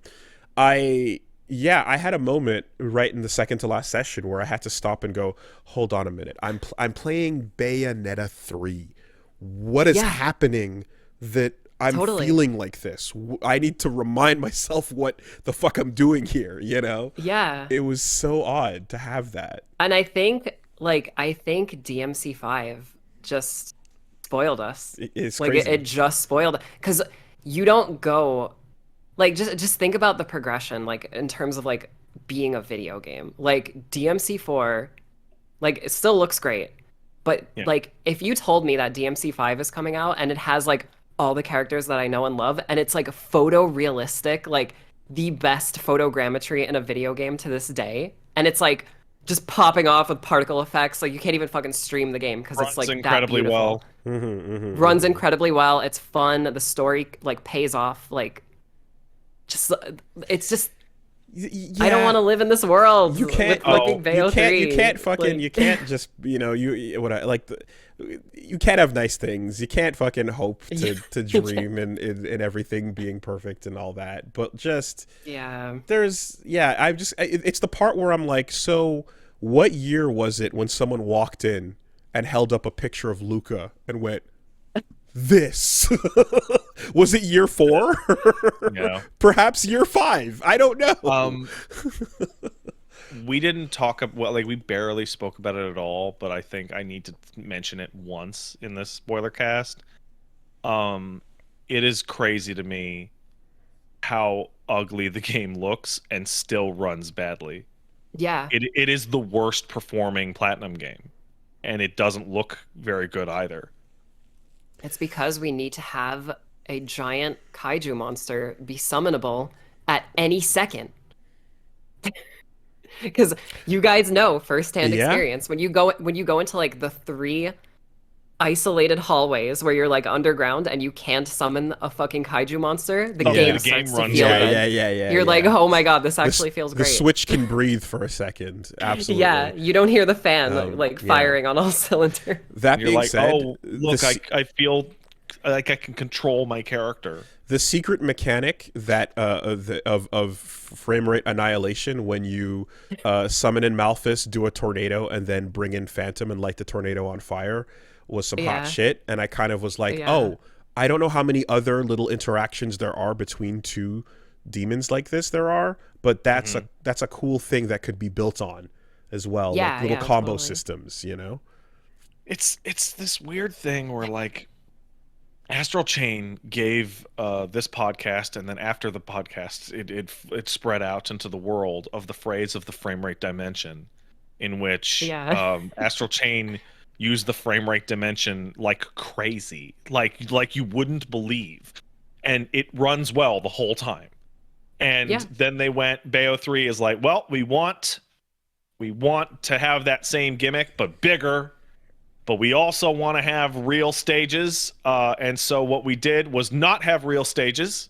We had ugly open stages to barely hit the criteria, and then we're going to use the frame rate dimension only for the Muspelheims because they're harder than and just Yeah. I don't yeah. know, running around on the infinite one gray box square of China. As the frame rate can't handle the lava effects that they've put in for some reason. Ugh. Yeah, And- yeah. And Doesn't it then feel like that? It feels like gray box a lot of the time. and then Because you it's just use so empty. God, Then the you use fucking the train. the quicksand. and then the game can't handle the train in the simplest level in the game, and you're just like, Yeah, this I, fucking thing. and again, and I think like the train and the clock tower represent cool like twists to the whole summoning, you know, like idea and such. But that's exactly it, man. Like you're feeling this thing suffer the entire time, and I don't like obviously the previous, like I'm thinking like Bayo 1 was not made to be a Switch game, so I don't know if it's always just like, okay, we're gonna peg it on the fact that it's on a weaker console or not. I don't know if that's fair to do, but for whatever reason, you feel it aggressively throughout this entire thing. What I as we're closing the door on the way out here, something else comes to mind real quick, and it's that I'm super down with the fact that you can purchase your moves throughout the entire game as you play by just pausing and buying them. Oh yeah. Right? Yeah, I agree. That's great. That's great. Actually. Why the fuck would you not put that screen on the map so that I could buy moves It's between insane. missions? Like that Actually quality of insane. life missing is madness. Same thing with switching your weapons and your costume. Like Yes. you have to be in gameplay to do You have to those load up things. training mode if you want to do it pre-mission, you know? Can I just say the skill tree, it's a double-edged sword for me because I think that's a great addition where you could just unlock stuff anywhere. But man, do I miss the fucking Yes. dimension that we used to live in Yes. where you buy Stinger and then it unlocks for everything. Why do I have to do it for every single weapon? Why? So there's Why? there's absolutely that, you know, and like it also, and then the second part of it is it kind of makes the gates of hell pointless. Oh, totally. Yeah. I stopped going. Like It's it's a now costume it's a shop. costume It's shop. costumes. That's Yeah. it. Like it served a real purpose when you're like, I go to the gate, I go to this bar to make my character better, and you know, now that that's not what I'm doing here, I'm buying outfits, you know. Yeah. All right.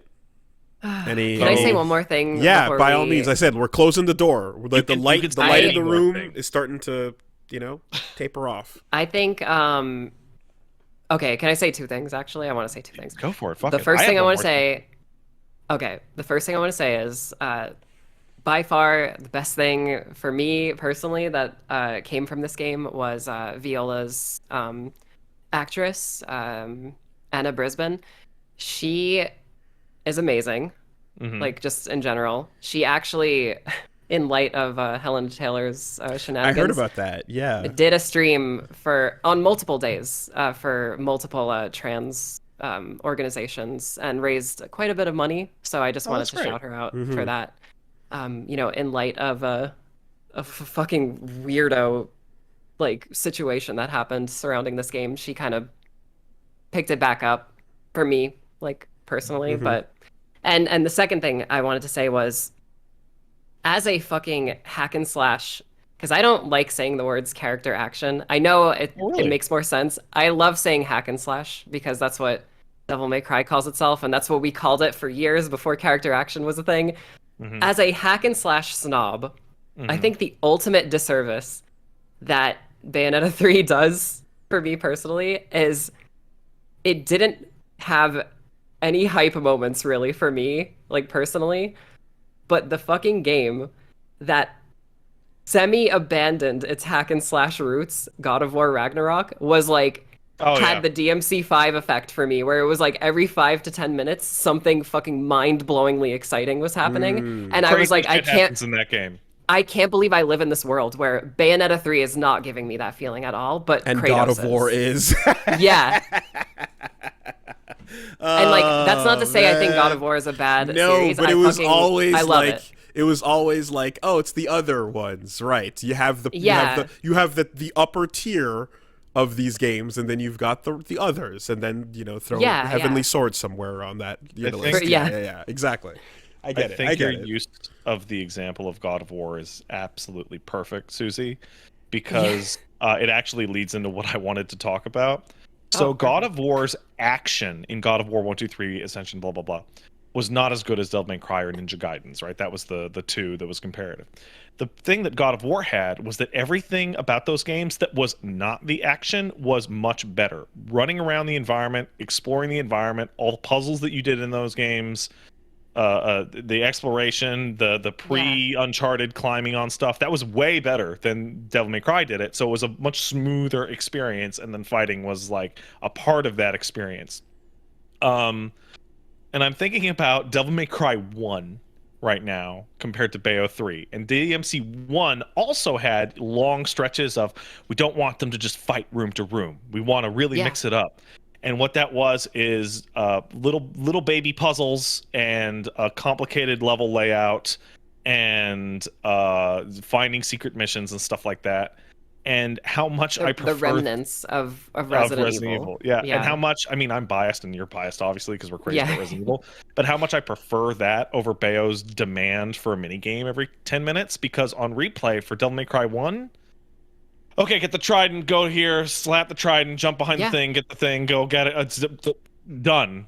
2 seconds. There are missions in DMC 1 that are literally 2 minutes long. Yeah, no, because you know exactly what to do, and you can skip past the parts you don't like, or you can leisurely scroll through it. And going back to God of War Ragnarok's combat is way better than Bayonetta 3's combat, and its story isn't just a million times better; it also makes sense. And even when it's not being dramatic, like did you beat Ragnarok, Susie? Yeah, I did. Okay, like the most emotional moment in that game is a man looking at a picture. And it's the least dramatic thing in the world. Meanwhile, over in Bayo, you have UniVersus are colliding and that's my mom and I don't care. Like, why do you make a phenomenal credits song for that fucking payoff? Like, the Bayonetta 3 credits song is actually great. Yeah, it was like that's but you're so slack-jawed, just blown away by what just happened that misses. And then when the choir kicked in, and I'm like, oh my god, there's a choir kicking in. This is so sick. This is great. But what the fuck? You're just processing the trauma, you know? Like, yeah. I mean, look, my only thought is just like I look forward to Bayonetta 4 introducing the rival to Viola as her own. She gets her own genre, and that rival being a better character than the one we have. That's probably what's going to happen the next step. I just don't think I could live in a world where someone is essentially cosplaying Bayonetta, because you know what's going to happen. She's going to wear all black and glasses at some point.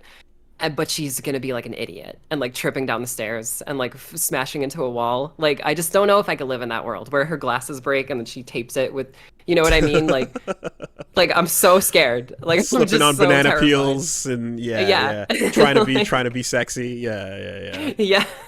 I had a weird bug in my copy, by the way, in my playthrough where I loaded up the China Bayonetta outfit and it didn't load any color textures or her hair. So I just had a bald character that was all like shadow, and it was kind of cool actually. It was a bit of it was weird, but like game bugged out. So I just saw somebody in the chat mention something from Gaming Brits review, which I did not really think about as you guys were talking about unlocking the weapons. Shout out to Gaming Brit, literally one of my best friends. So you did mention it, which is like, why do I have to unlock Stinger for every single goddamn weapon? That's so silly. But doing so, like, you always want the Stinger equivalent. And so it kind of makes all the weapons kind of feel the same to some degree, because they all have to do the same basic Stinger moves. And launcher. Those are the moves you have to buy first. And by the time you do, you're going to switch to the next one because you just unlocked a new weapon from the new stage. And it makes me think, and I'll use God of War because God of War has a really good comparison. Bayo 3 probably has too many weapons that don't differentiate themselves all that well from each other. And the reason why I bring up God of War is God of War has 3. And that third one very strongly differentiates itself from the other two. Feels like a different game. I wish I streamed my playthrough of the game so you guys can see my reaction to getting that weapon. Like, I was so incredibly excited getting that weapon. Can we tell you what the fucking weapon is in God of War? I'd rather not know. Yeah, I would. Okay. Yeah, no spoilers. Oh, it sounds like such a pop off that I'd rather not know. So yeah. No, do not spoil it because I feel like Woolie I'm looking away from the fucking screen. Right now. Good though. I saw a name and I'm just turning. I saw a name and I'm turning my brain off. So that's okay. You have an understanding of like hack and slash video game mechanics, and I feel like if you go into it fresh, you'll just be like, oh, that's what it does? Okay. Like, you know, like you'll pop off for it. Cool. I Like, saw an so yeah, no interview with spoilers. one of the devs in which they described that that is probably going to be the weapon going forward. It fucking should It be. really, It really should should be. be. Interesting. Interesting. Narrative significance. Hmm. I'll just say that much. Hey, I want to Like, really point out that How the ultimate damnation for the Bayo 3 spoiler cast is we're getting hype about God of War God of War Ragnarok. moments. yeah. No, Yeah. I'm getting to that part of like of the wrap up where I'm like, yeah, you know, I remember there's these parts that were okay. And I'm just like, ah, like this is the part where I should say or would say, I guess it just needed more time in the oven. It had so much time. Okay, we can all agree as experts in the genre and influencer people that this game had tons of time in the oven, and then they probably threw that whole game away and started Yeah. over, right? Does it feel that way? Absolutely, it absolutely 100%. does. Yeah, we kept the Lego pieces and we built something else. That's Because it all. just makes you think about like the first trailer and you're like, okay, Bayonetta gets defeated, split in half. Was this always the plan? The multiverse? Was that always the plan? Or was it going to be someone else in Yeah, the current timeline? So Like, we it were doesn't- preparing for like, yeah, young Cereza grows up and this is the one we get, and then there's probably the original who's gonna die there, and then that'll be it, you know? Like we were expecting, I guess, some sort of That's just it. like, all right, new setting, I new refuse world, to you believe know? that was the original, because the original had Bayonetta, and then Bayonetta was cut to pieces and Shattered into like glass and fell on and- the floor or and- whatever. No, she didn't. She is. You hear a slash noise, and then her like body parts Yeah, fall. she falls. Oh, yeah, And into it's like two pieces. that does not fit what we see. It almost feels Like the Viola was ending gonna of do Bayo that? 3 was supposed to be the beginning of the older Bayo 3, and that Viola would be a much larger role right away. But who can know? Yeah. If you know, Can someone know. tell me. Someone DM me and tell me what the secrets. I wish I could fly on the wall a bunch of these decisions just to kind of go, because that's what happens to me. There's a point where my phases of disbelief are like shock and pop off at like how bad the moment is, and then the processing.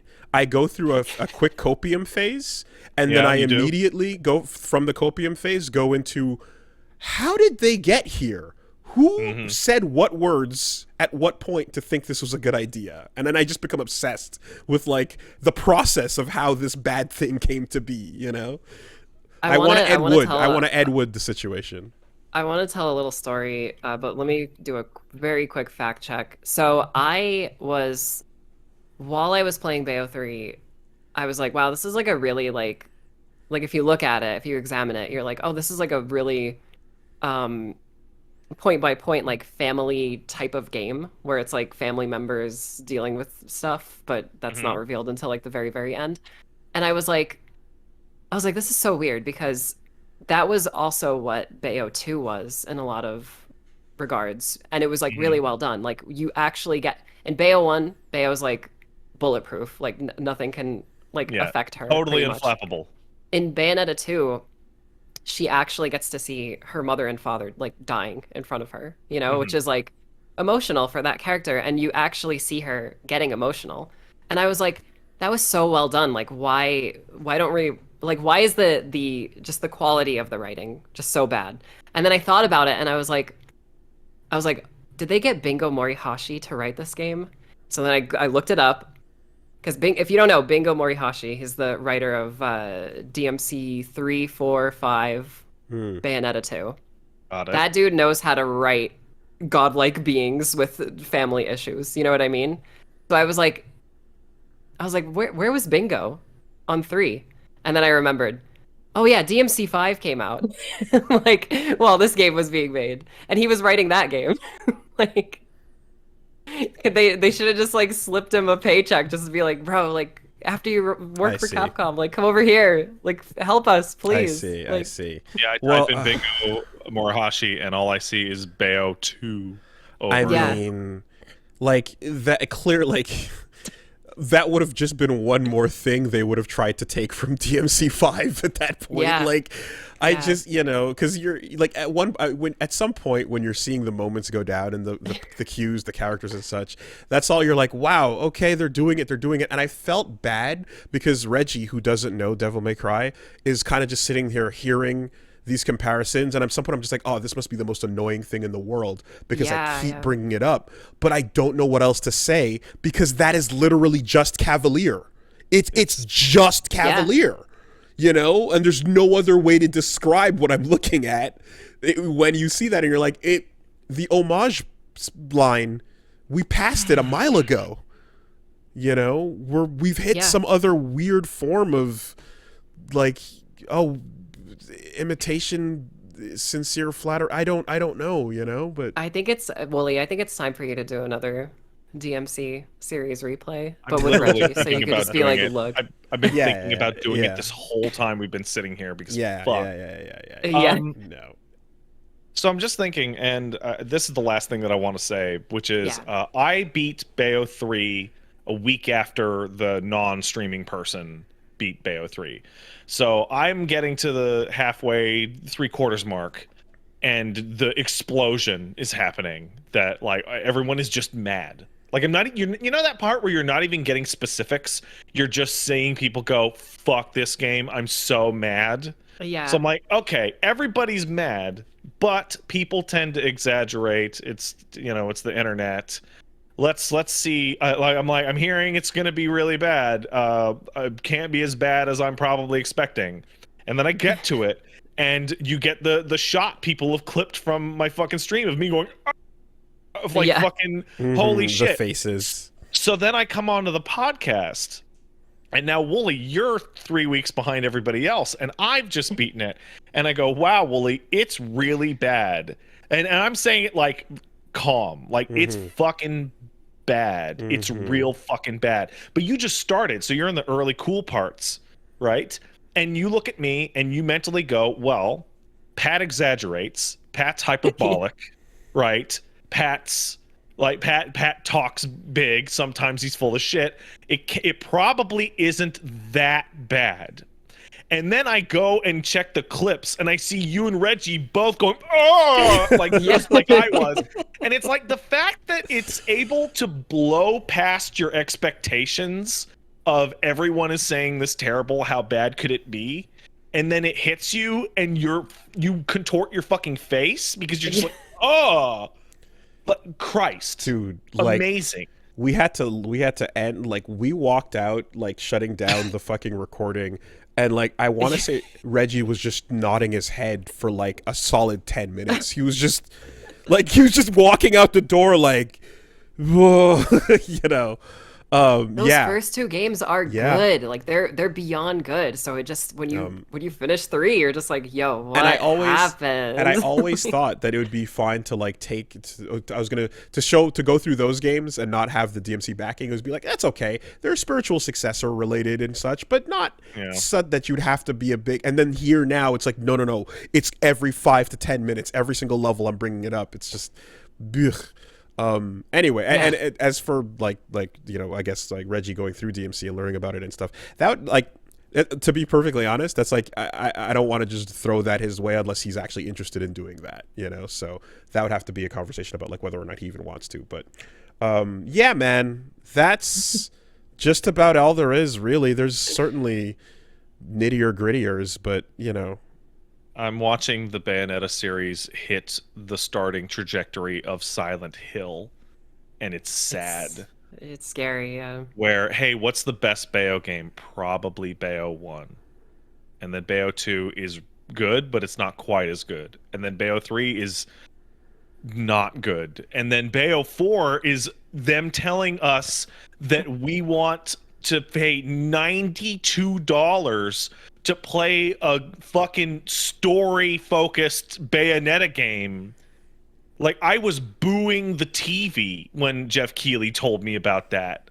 You know what's really interesting about that? So when I got to that secret mission in Bayonetta 3, I was actually really happy while playing it. I was like, "What is this?" And I started to go galaxy brain because I was like, because there was an article where the original director of Bayo 3 left Platinum, and Mhm. for like a split second, I was like, "This mini game or like this secret mission, it feels so much more polished than the actual game." In a lot of cases, it looks better, like just visually, it's got an art style. I was like, was this Bayonetta 3 before Bayonetta 3 Which like secret got mission are you talking about? You could unlock this a the little section storybook? of playing Cereza and the forest or Yeah, whatever when you buy the storybook from you buy Oh, I from never did yeah, that. you Rodet. buy the storybook in the shop and then you find 3 secret keys throughout the entire game and then it Uh-huh. opens it and then you play basically a demo of that Bayonetta Origins. So when I saw that at the Game Awards, I was like, "Oh cool, like the thing that I actually liked from Bayo 3 is getting a full game." But then I saw the price point and I was like, "I don't think it should be priced like that though. Yeah. Like this should be like a $30 game." Like My brain goes back to the article we read about Platinum trying to get their IPs that they Oh my own. god, that is literally just the same fucking. That is yeah, absolutely. Wow, it's a demo. that looks better than the game it is in. Um so yeah, my brain goes What back. the? It looks so much better. It's running at a better frame rate and a higher resolution, and it Yes. looks way better. What the fuck? That's why I was like, was this the real game and someone just snuck it in there? This is bullshit. Um yeah, like I don't know if you guys remember the thing where Platinum was talking about how they have to have IPs that they own and not just be guns for hire so that they can, like be secure in their future and stuff. I look at it as like, well, Bayo is the premier IP that we own that people know about. So They don't own it. Sega owns it. okay, well, well, They don't. then never mind then, because I don't know. I don't know then. I thought They own. I they thought own this was the fucking- spin-off to make it so that there could. They yeah, they all right. own fucking Infinite Fuck. Space. They own Soul Cresta. Oh boy! All right. And they own fucking. They don't own the Babylon's Fall. They don't God. own any of the Grand Blue shit they made. They do. Well, they don't own anything, man. They don't own shit. 101. They own 101. Yeah. 101. And they own the Shin Ultraman. Which So I'm gonna play Bayonetta Origins. give us Luca's but first and second mission then. Fuck. Oh my Going through that list, my Remember those? brain just fired off something that makes me so pissed. They already made a fucking game in which a character had a parry with a sword that went into Witch Time, and it was Metal Gear Rising. And the key to that mechanic is that the fucking slowdown starts after your counter hits the enemy, and it works great every time. Why the fuck doesn't Viola's parry have a follow-up attack to hit the guy and then? Oh my god! Pat, how do you activate that parry? You hit forward and square. How do you activate the Moon of Mahakala? You hit forward. Hit forward. Fuck, it's so stupid. Oh yeah, and then and then they punch, and then it's like, God, fuck, it's fucking so stupid. And with Wow, I'm that, looking at this- I I'm looking at think the footage. Bayo 3 book has been shut. All right. All right. I am looking at this footage down here, and I'm getting super pissed off that this is a hidden feature. This is Damn. like more interesting than the entire game. The Bayo 3 got book has excited been by it. shut, and it has a really cool fancy clasp on it, but unfortunately the prefix is just a gibberish series of letters and numbers. So it doesn't really... Who cares to read it? Yeah, like the final few enemies of the game. There you go. Transform. Hey, do you want to play a better Bayo 3? Go play fucking unlisted fucking Transformers Devastation. I thought you were just going to say God of War. Go play God of War. I don't know. Right? All right. Shit.